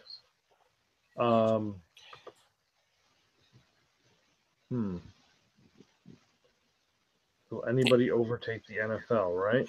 Well, the NFL is, with the NFL being so vulnerable now, ratings are going down, et cetera, et cetera. Do you think there's potential for another sport to take the title of America's game or America's sport? I think baseball, as long as like the Yankees and the Red Sox and the Dodgers and the Cubs continue to do well, I think baseball could make a run at it. I think NBA could make a run at it because again, these super teams, they've got several faces of the league. It's with LeBron, it's Steph Curry, it's Kevin Durant. Carmelo's still a draw. Isaiah Thomas is turning into a big kind of like face for the NBA. The NHL never will. Golf never will. Just certain sports are you're not going to get. Certain sports you're just not going to get. But I think basketball and baseball could make a run at it. 100%. They're already drawing big ratings. I think college basketball does do good ratings too. So it's hard to say.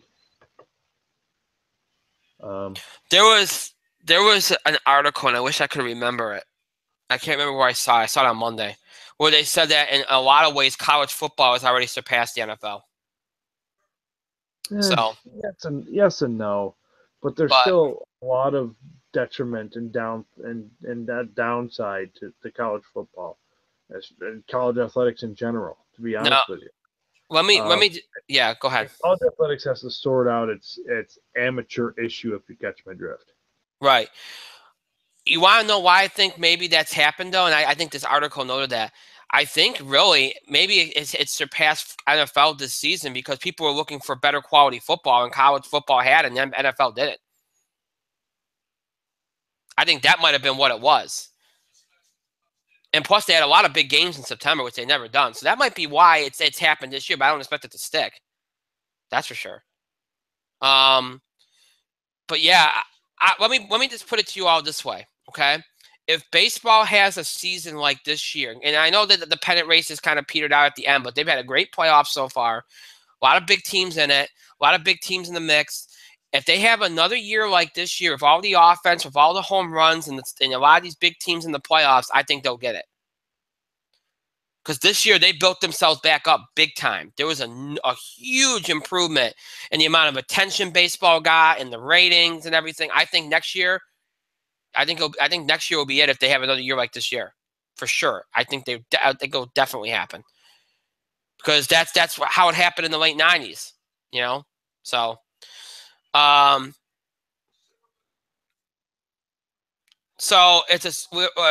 haven't given you all a score update tonight. It is 8-5 Cubs in the bottom of the sixth with 2 outs. Nationals up to the plate. Now it was 8-4. Nationals making a run here. It's now 8-5.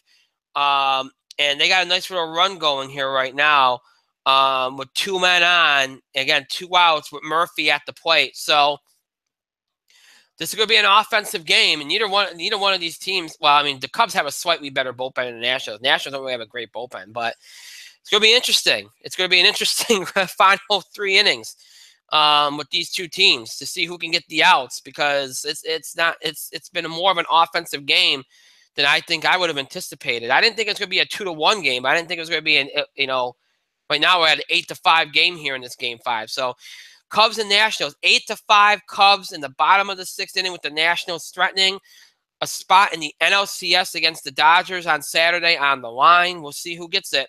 We won't be on the air for it, but we'll see who gets it. Should be interesting. Again, Yankees and Astros have already advanced for the ALCS part of the playoffs, and they'll start tomorrow. And it looks like now it's 8-6, and second and third 2 outs. So Nationals making a push. And I said this before, it's their last chance with this team. I know Harper doesn't won't be a free agent until 2019, but I think if this team has another bad first round here, I just don't think they'll do it again. I don't think they'll be in the mix again. I think this is their window right now. They have to make they have to at least get out of the first round. I mean, they have never got out of the first round. So they got to get this done here. The Cubs are vulnerable. This is a good chance to do it here. So let's see if they can get it done. With Strasburg healthy and pitching well, and this is a chance to get it done. So let's see if they can do it. All right. So before we wind down, I mentioned that I would speak about some things that are coming up, and I'm going to do that again. I'm not ironing out a long-term big deal plan here. Okay. first of all, the first question is this: when because I've teased it. Obviously, I think we're going to change our platform. We're going to change our setup. When is that going to happen? Well, it's not going to happen next week. Right now, my hope was to do this on November 1st, but circumstances are not allowing me to do so far. So that's why I've been very evasive on when we're going to make the move and make the jump. Because it's going to mean a financial investment by me, and I have to wait to make sure when that's going to be okay for me to do that. So also there's a number of details that we have to iron out. I've been working with somebody on making sure that when we do this the right way. I don't want to be too, I don't want to take this lightly either. So, for those wondering, we're probably going to go back to just being an audio podcast, and that's the direction. And I've said that before, but I've also considered maybe making us both audio and streaming, but I don't know. I think right now, I think most people just want us to go back to the way we used to do things. So that's right now the likelihood. And again, I was aiming for November 1st for that, but I don't know if that's going to work. Again, it depends on how things fall over the next couple of weeks. And really, this is the dilemma that we're at right now, because we're going into November and then, of course, December, and it's the holiday season. And, you know, once we get to the end of the month of November, you got Thanksgiving. We won't have a full week of shows. And you got Christmas, and then we'll have some preemptions and all that. So I have to work out how this logistically is all going to work. What I can tell you is, even though we're not going to make the jump next week as far as moving the show goes, next week will be the beginning of some of the new format of what we're going to do. We're not going to change. I mentioned that we're going to name change the show a little bit. We're going to kind of, separate ourselves. The sports show will have a name, and I mean, we're going to keep spotlighting the title, but the sports show will have a name. Entertainment will have a name. I mentioned that, and that's not going to happen until we move, because it's going to cause too much confusion. But we are going to be changing the format, and that's the changes that are going to be implemented over the next couple of weeks. The format a little bit. And the way we do things, because we're going to be a little bit more loosey-goosey about things, like we used to be when we first started the show. I mentioned that I want to cut the rehash and the recapping. I want to trust the audience more to have seen what that game was, or seen that TV show, or seen that movie, or whatever the case may be. There's still going to be things that we're still going to talk box office. We're still going to review TV. We're still going to have fun with those kind of things. But when it comes to a lot of the other things, I want to really try to have an open dialogue and get back to discussion, debate, getting Mike involved. If Justin's on, getting Justin involved. If anybody's on, getting them involved. We're going to have more segments. We're going to have more fun, interesting segments. We haven't done segments in a long, long time. We have our segments on entertainment shows, but we don't really have our segments on sports shows. We're going to do some different things, and I'm not going to tease them. I'm not going to talk about them. You'll see when we get these things. And next week, you're going to notice this when we get together again on Tuesday. Right out of the gate, you're going to notice different things. And my purpose in doing things the way we're going to do them over the next couple of weeks is to slowly integrate them, because I know there's some of you out there have been with us since the beginning. And I know in the past when we've made changes, it's sometimes been too jarring, and sometimes people go, oh, that's messed me all up. It's been confusing. Oh, I don't like that. It's too much. This time around, we're going to slowly integrate things. So next week, you'll notice a few changes. The week after, you'll notice a few changes. And then as we progress towards the big change, that way you get used to the way things are going to be. We make the move, and then everything's ready to go. That's what I'm trying to do here, and not just kind of like rip off the Band-Aid and be like, this is the way we're going to do things. Because here's the thing.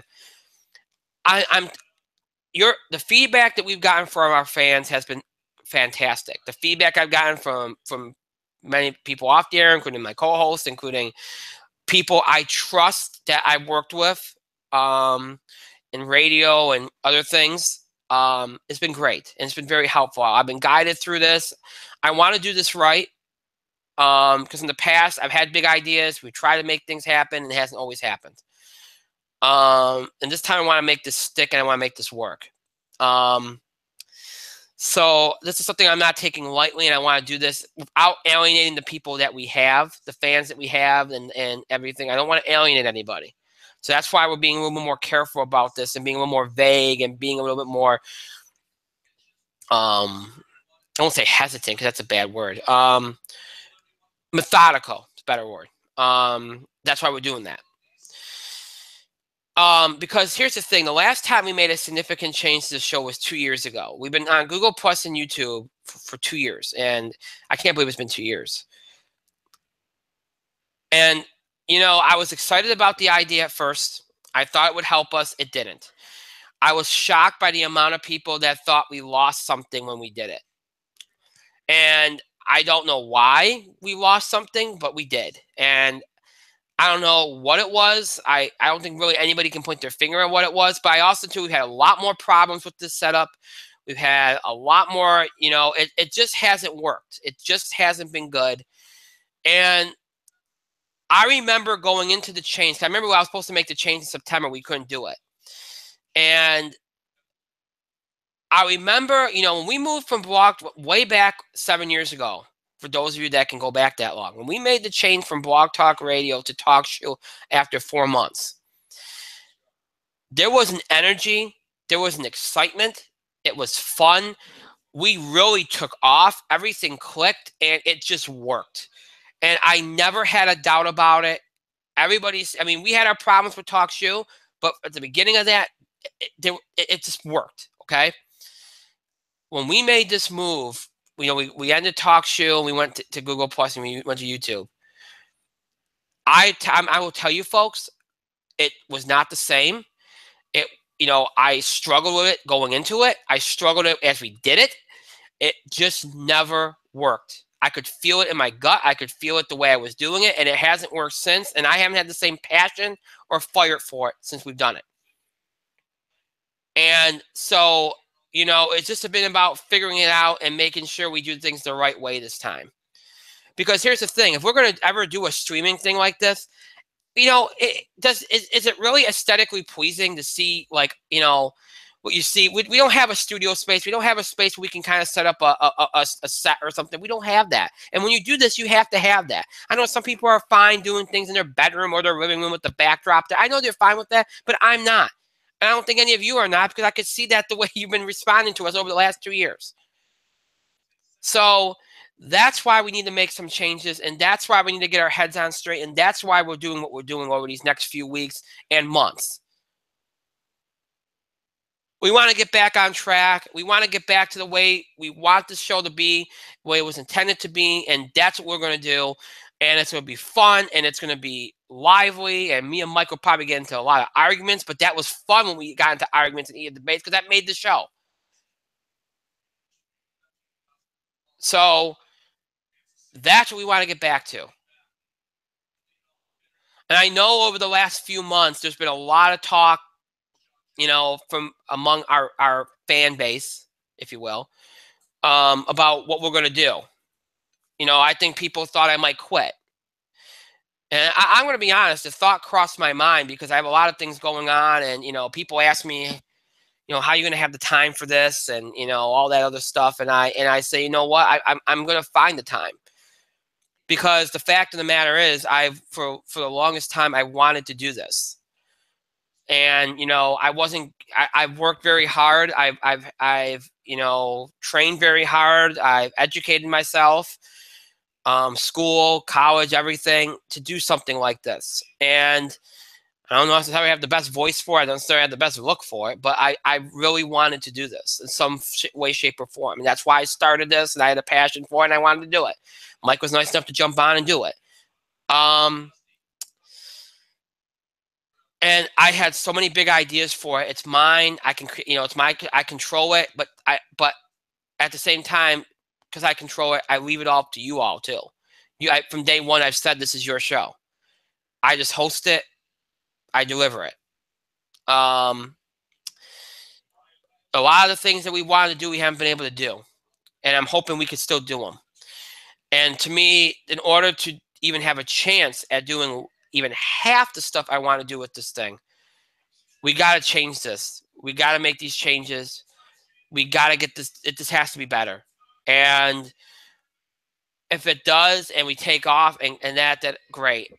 But at the same time, I don't want to lose what you all like about us, and that's why I'm being very careful about this. So this is a move that I want to have. I want it to energize us. I want it to be something that as soon as we get to our new home or wherever we go, it's just from the beginning you feel it and you're like, oh yeah, I'm ready to go. We're gonna have some fun. It's gonna be great.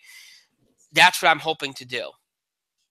And I think we will. I think because we're doing it the right way this time and not just being like, well, hey, this is good. Let's just do this, you know? So, and, you know, people have asked me too,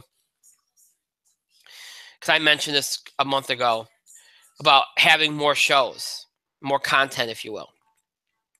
That will happen. It won't happen next week. I don't know when it will happen exactly. I'm guessing maybe in November, because I think it'll make things easier for us with our nighttime shows a little bit. That we might have more shows going on.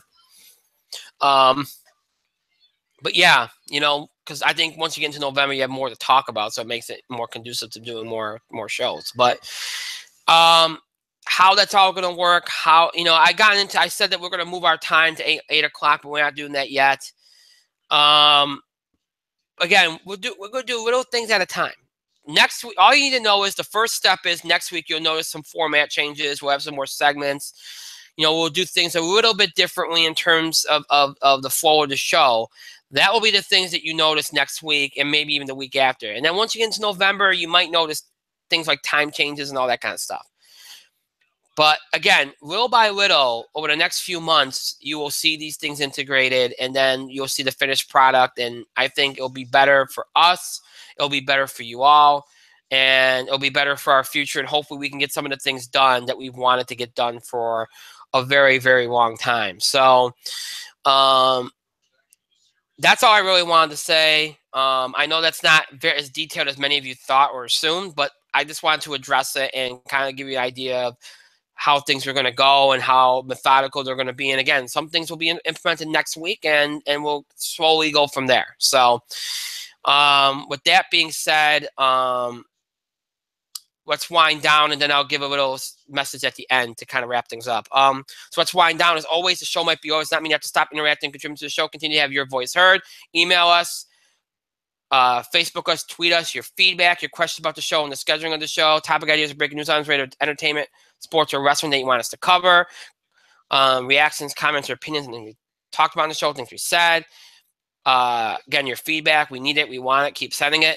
Any of these things you can do by email, Facebook, and Twitter. You can email us at itspotlight401@gmail.com. You can also follow us and tweet us at itspotlight401. Please remember to use the hashtag itspotlight401 for anything you tweet regarding our show.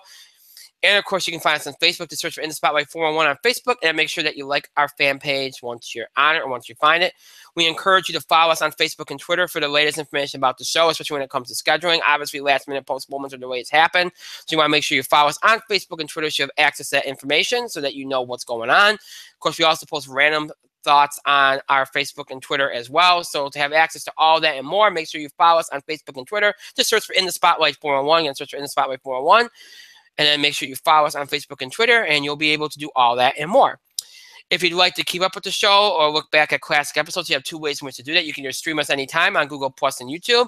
Just search for In the Spotlight 411. You'll be taken to our show pages on both sites. Where you'll find every episode that we've done in the 2 years that we've been on Google Plus and YouTube. So all of our Google Plus and YouTube produced episodes. It's everything from mid-October 2015 all the way up to tonight's current episode. They're all available for you to stream anytime you want on Google Plus and YouTube. Again, just search for In the Spotlight 401, and you'll be able to access those episodes on Google Plus and YouTube. If streaming's not your thing, maybe you prefer to listen to us, maybe listen to us on the go, or maybe you're interested in older episodes of the show, or just want to listen to us in general. Whatever the case would be, you can do all that and more on our main host sites, Podbean and iTunes. Just search for In the Spotlight 411 on those two sites, and you'll be taken to our show pages on those sites where you'll find every episode we've ever done in the 7 years we've been doing this show. So it's everything from our original Blog Talk Radio run from October 2010 to January 2011, everything from our Talk Shoe run from January 2011 all the way up to mid-October 2015. And again, all of our Google Plus and YouTube episodes from mid-October 2015 all the way up into tonight's episode, all transferred into audio format for your convenience. Every episode we've ever done in audio format, in order from the most recent date to the oldest, all available for you to listen to anytime you want. Listen to us on the go. Listen to us anytime you want. Maybe you're interested in maybe you're a longtime fan and want to check an episode again from 4 or 5 years ago. Maybe you're a new fan that wants to check an episode like that for the first time. Maybe you missed an episode, want to catch up. Maybe you missed a part of an episode. Check out an episode again. If any of that applies to you, just check us out again on our main host sites, Podbean and iTunes. Just search for In the Spotlight 411 on those sites. So Google Plus, YouTube, Podbean, iTunes, always to keep up with the show and look back at classic episodes. Google Plus, YouTube, Podbean, iTunes, always to keep up with the show and look back at classic episodes. Just search for In the Spotlight 411 on those sites. And just search for In the Spotlight 411 on all of those sites. Oh, okay. I want to thank Mike for being here tonight. Thank you, Mike.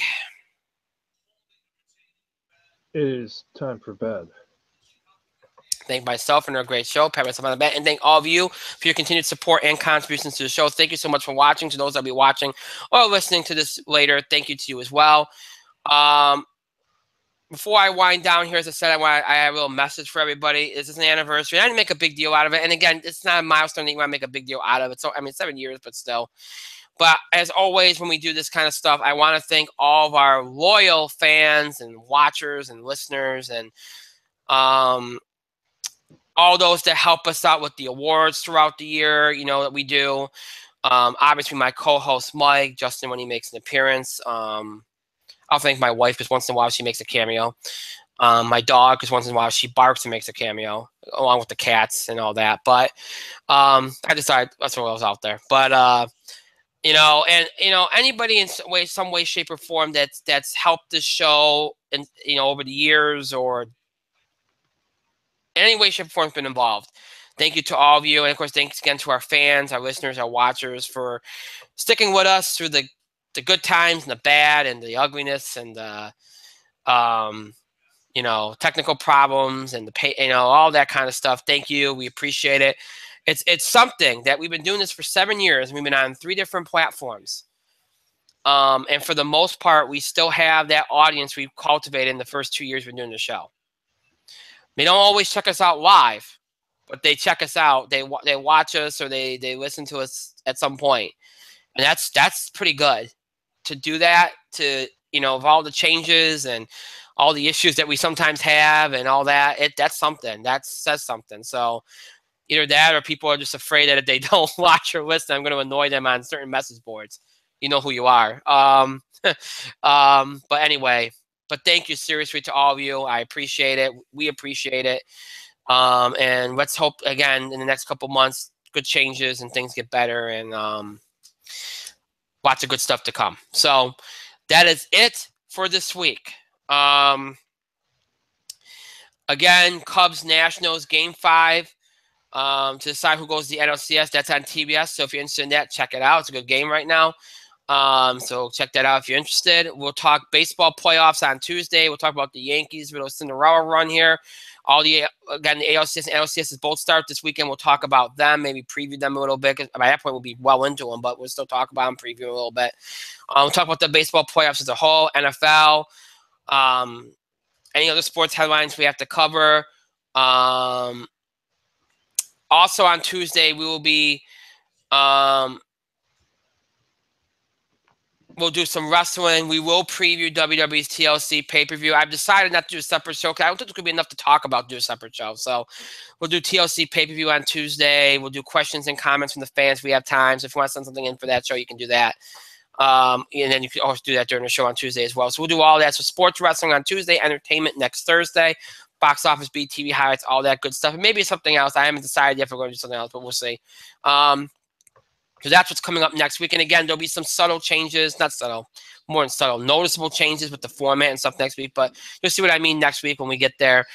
So until next week, I hope you have a great rest of your night, a great weekend, and a great start to your week next week. We'll see you back here for our next show next Tuesday night, October the 17th, broadcasting and streaming live here on YouTube at 9 o'clock p.m. Eastern Time. Until then, good night, everybody.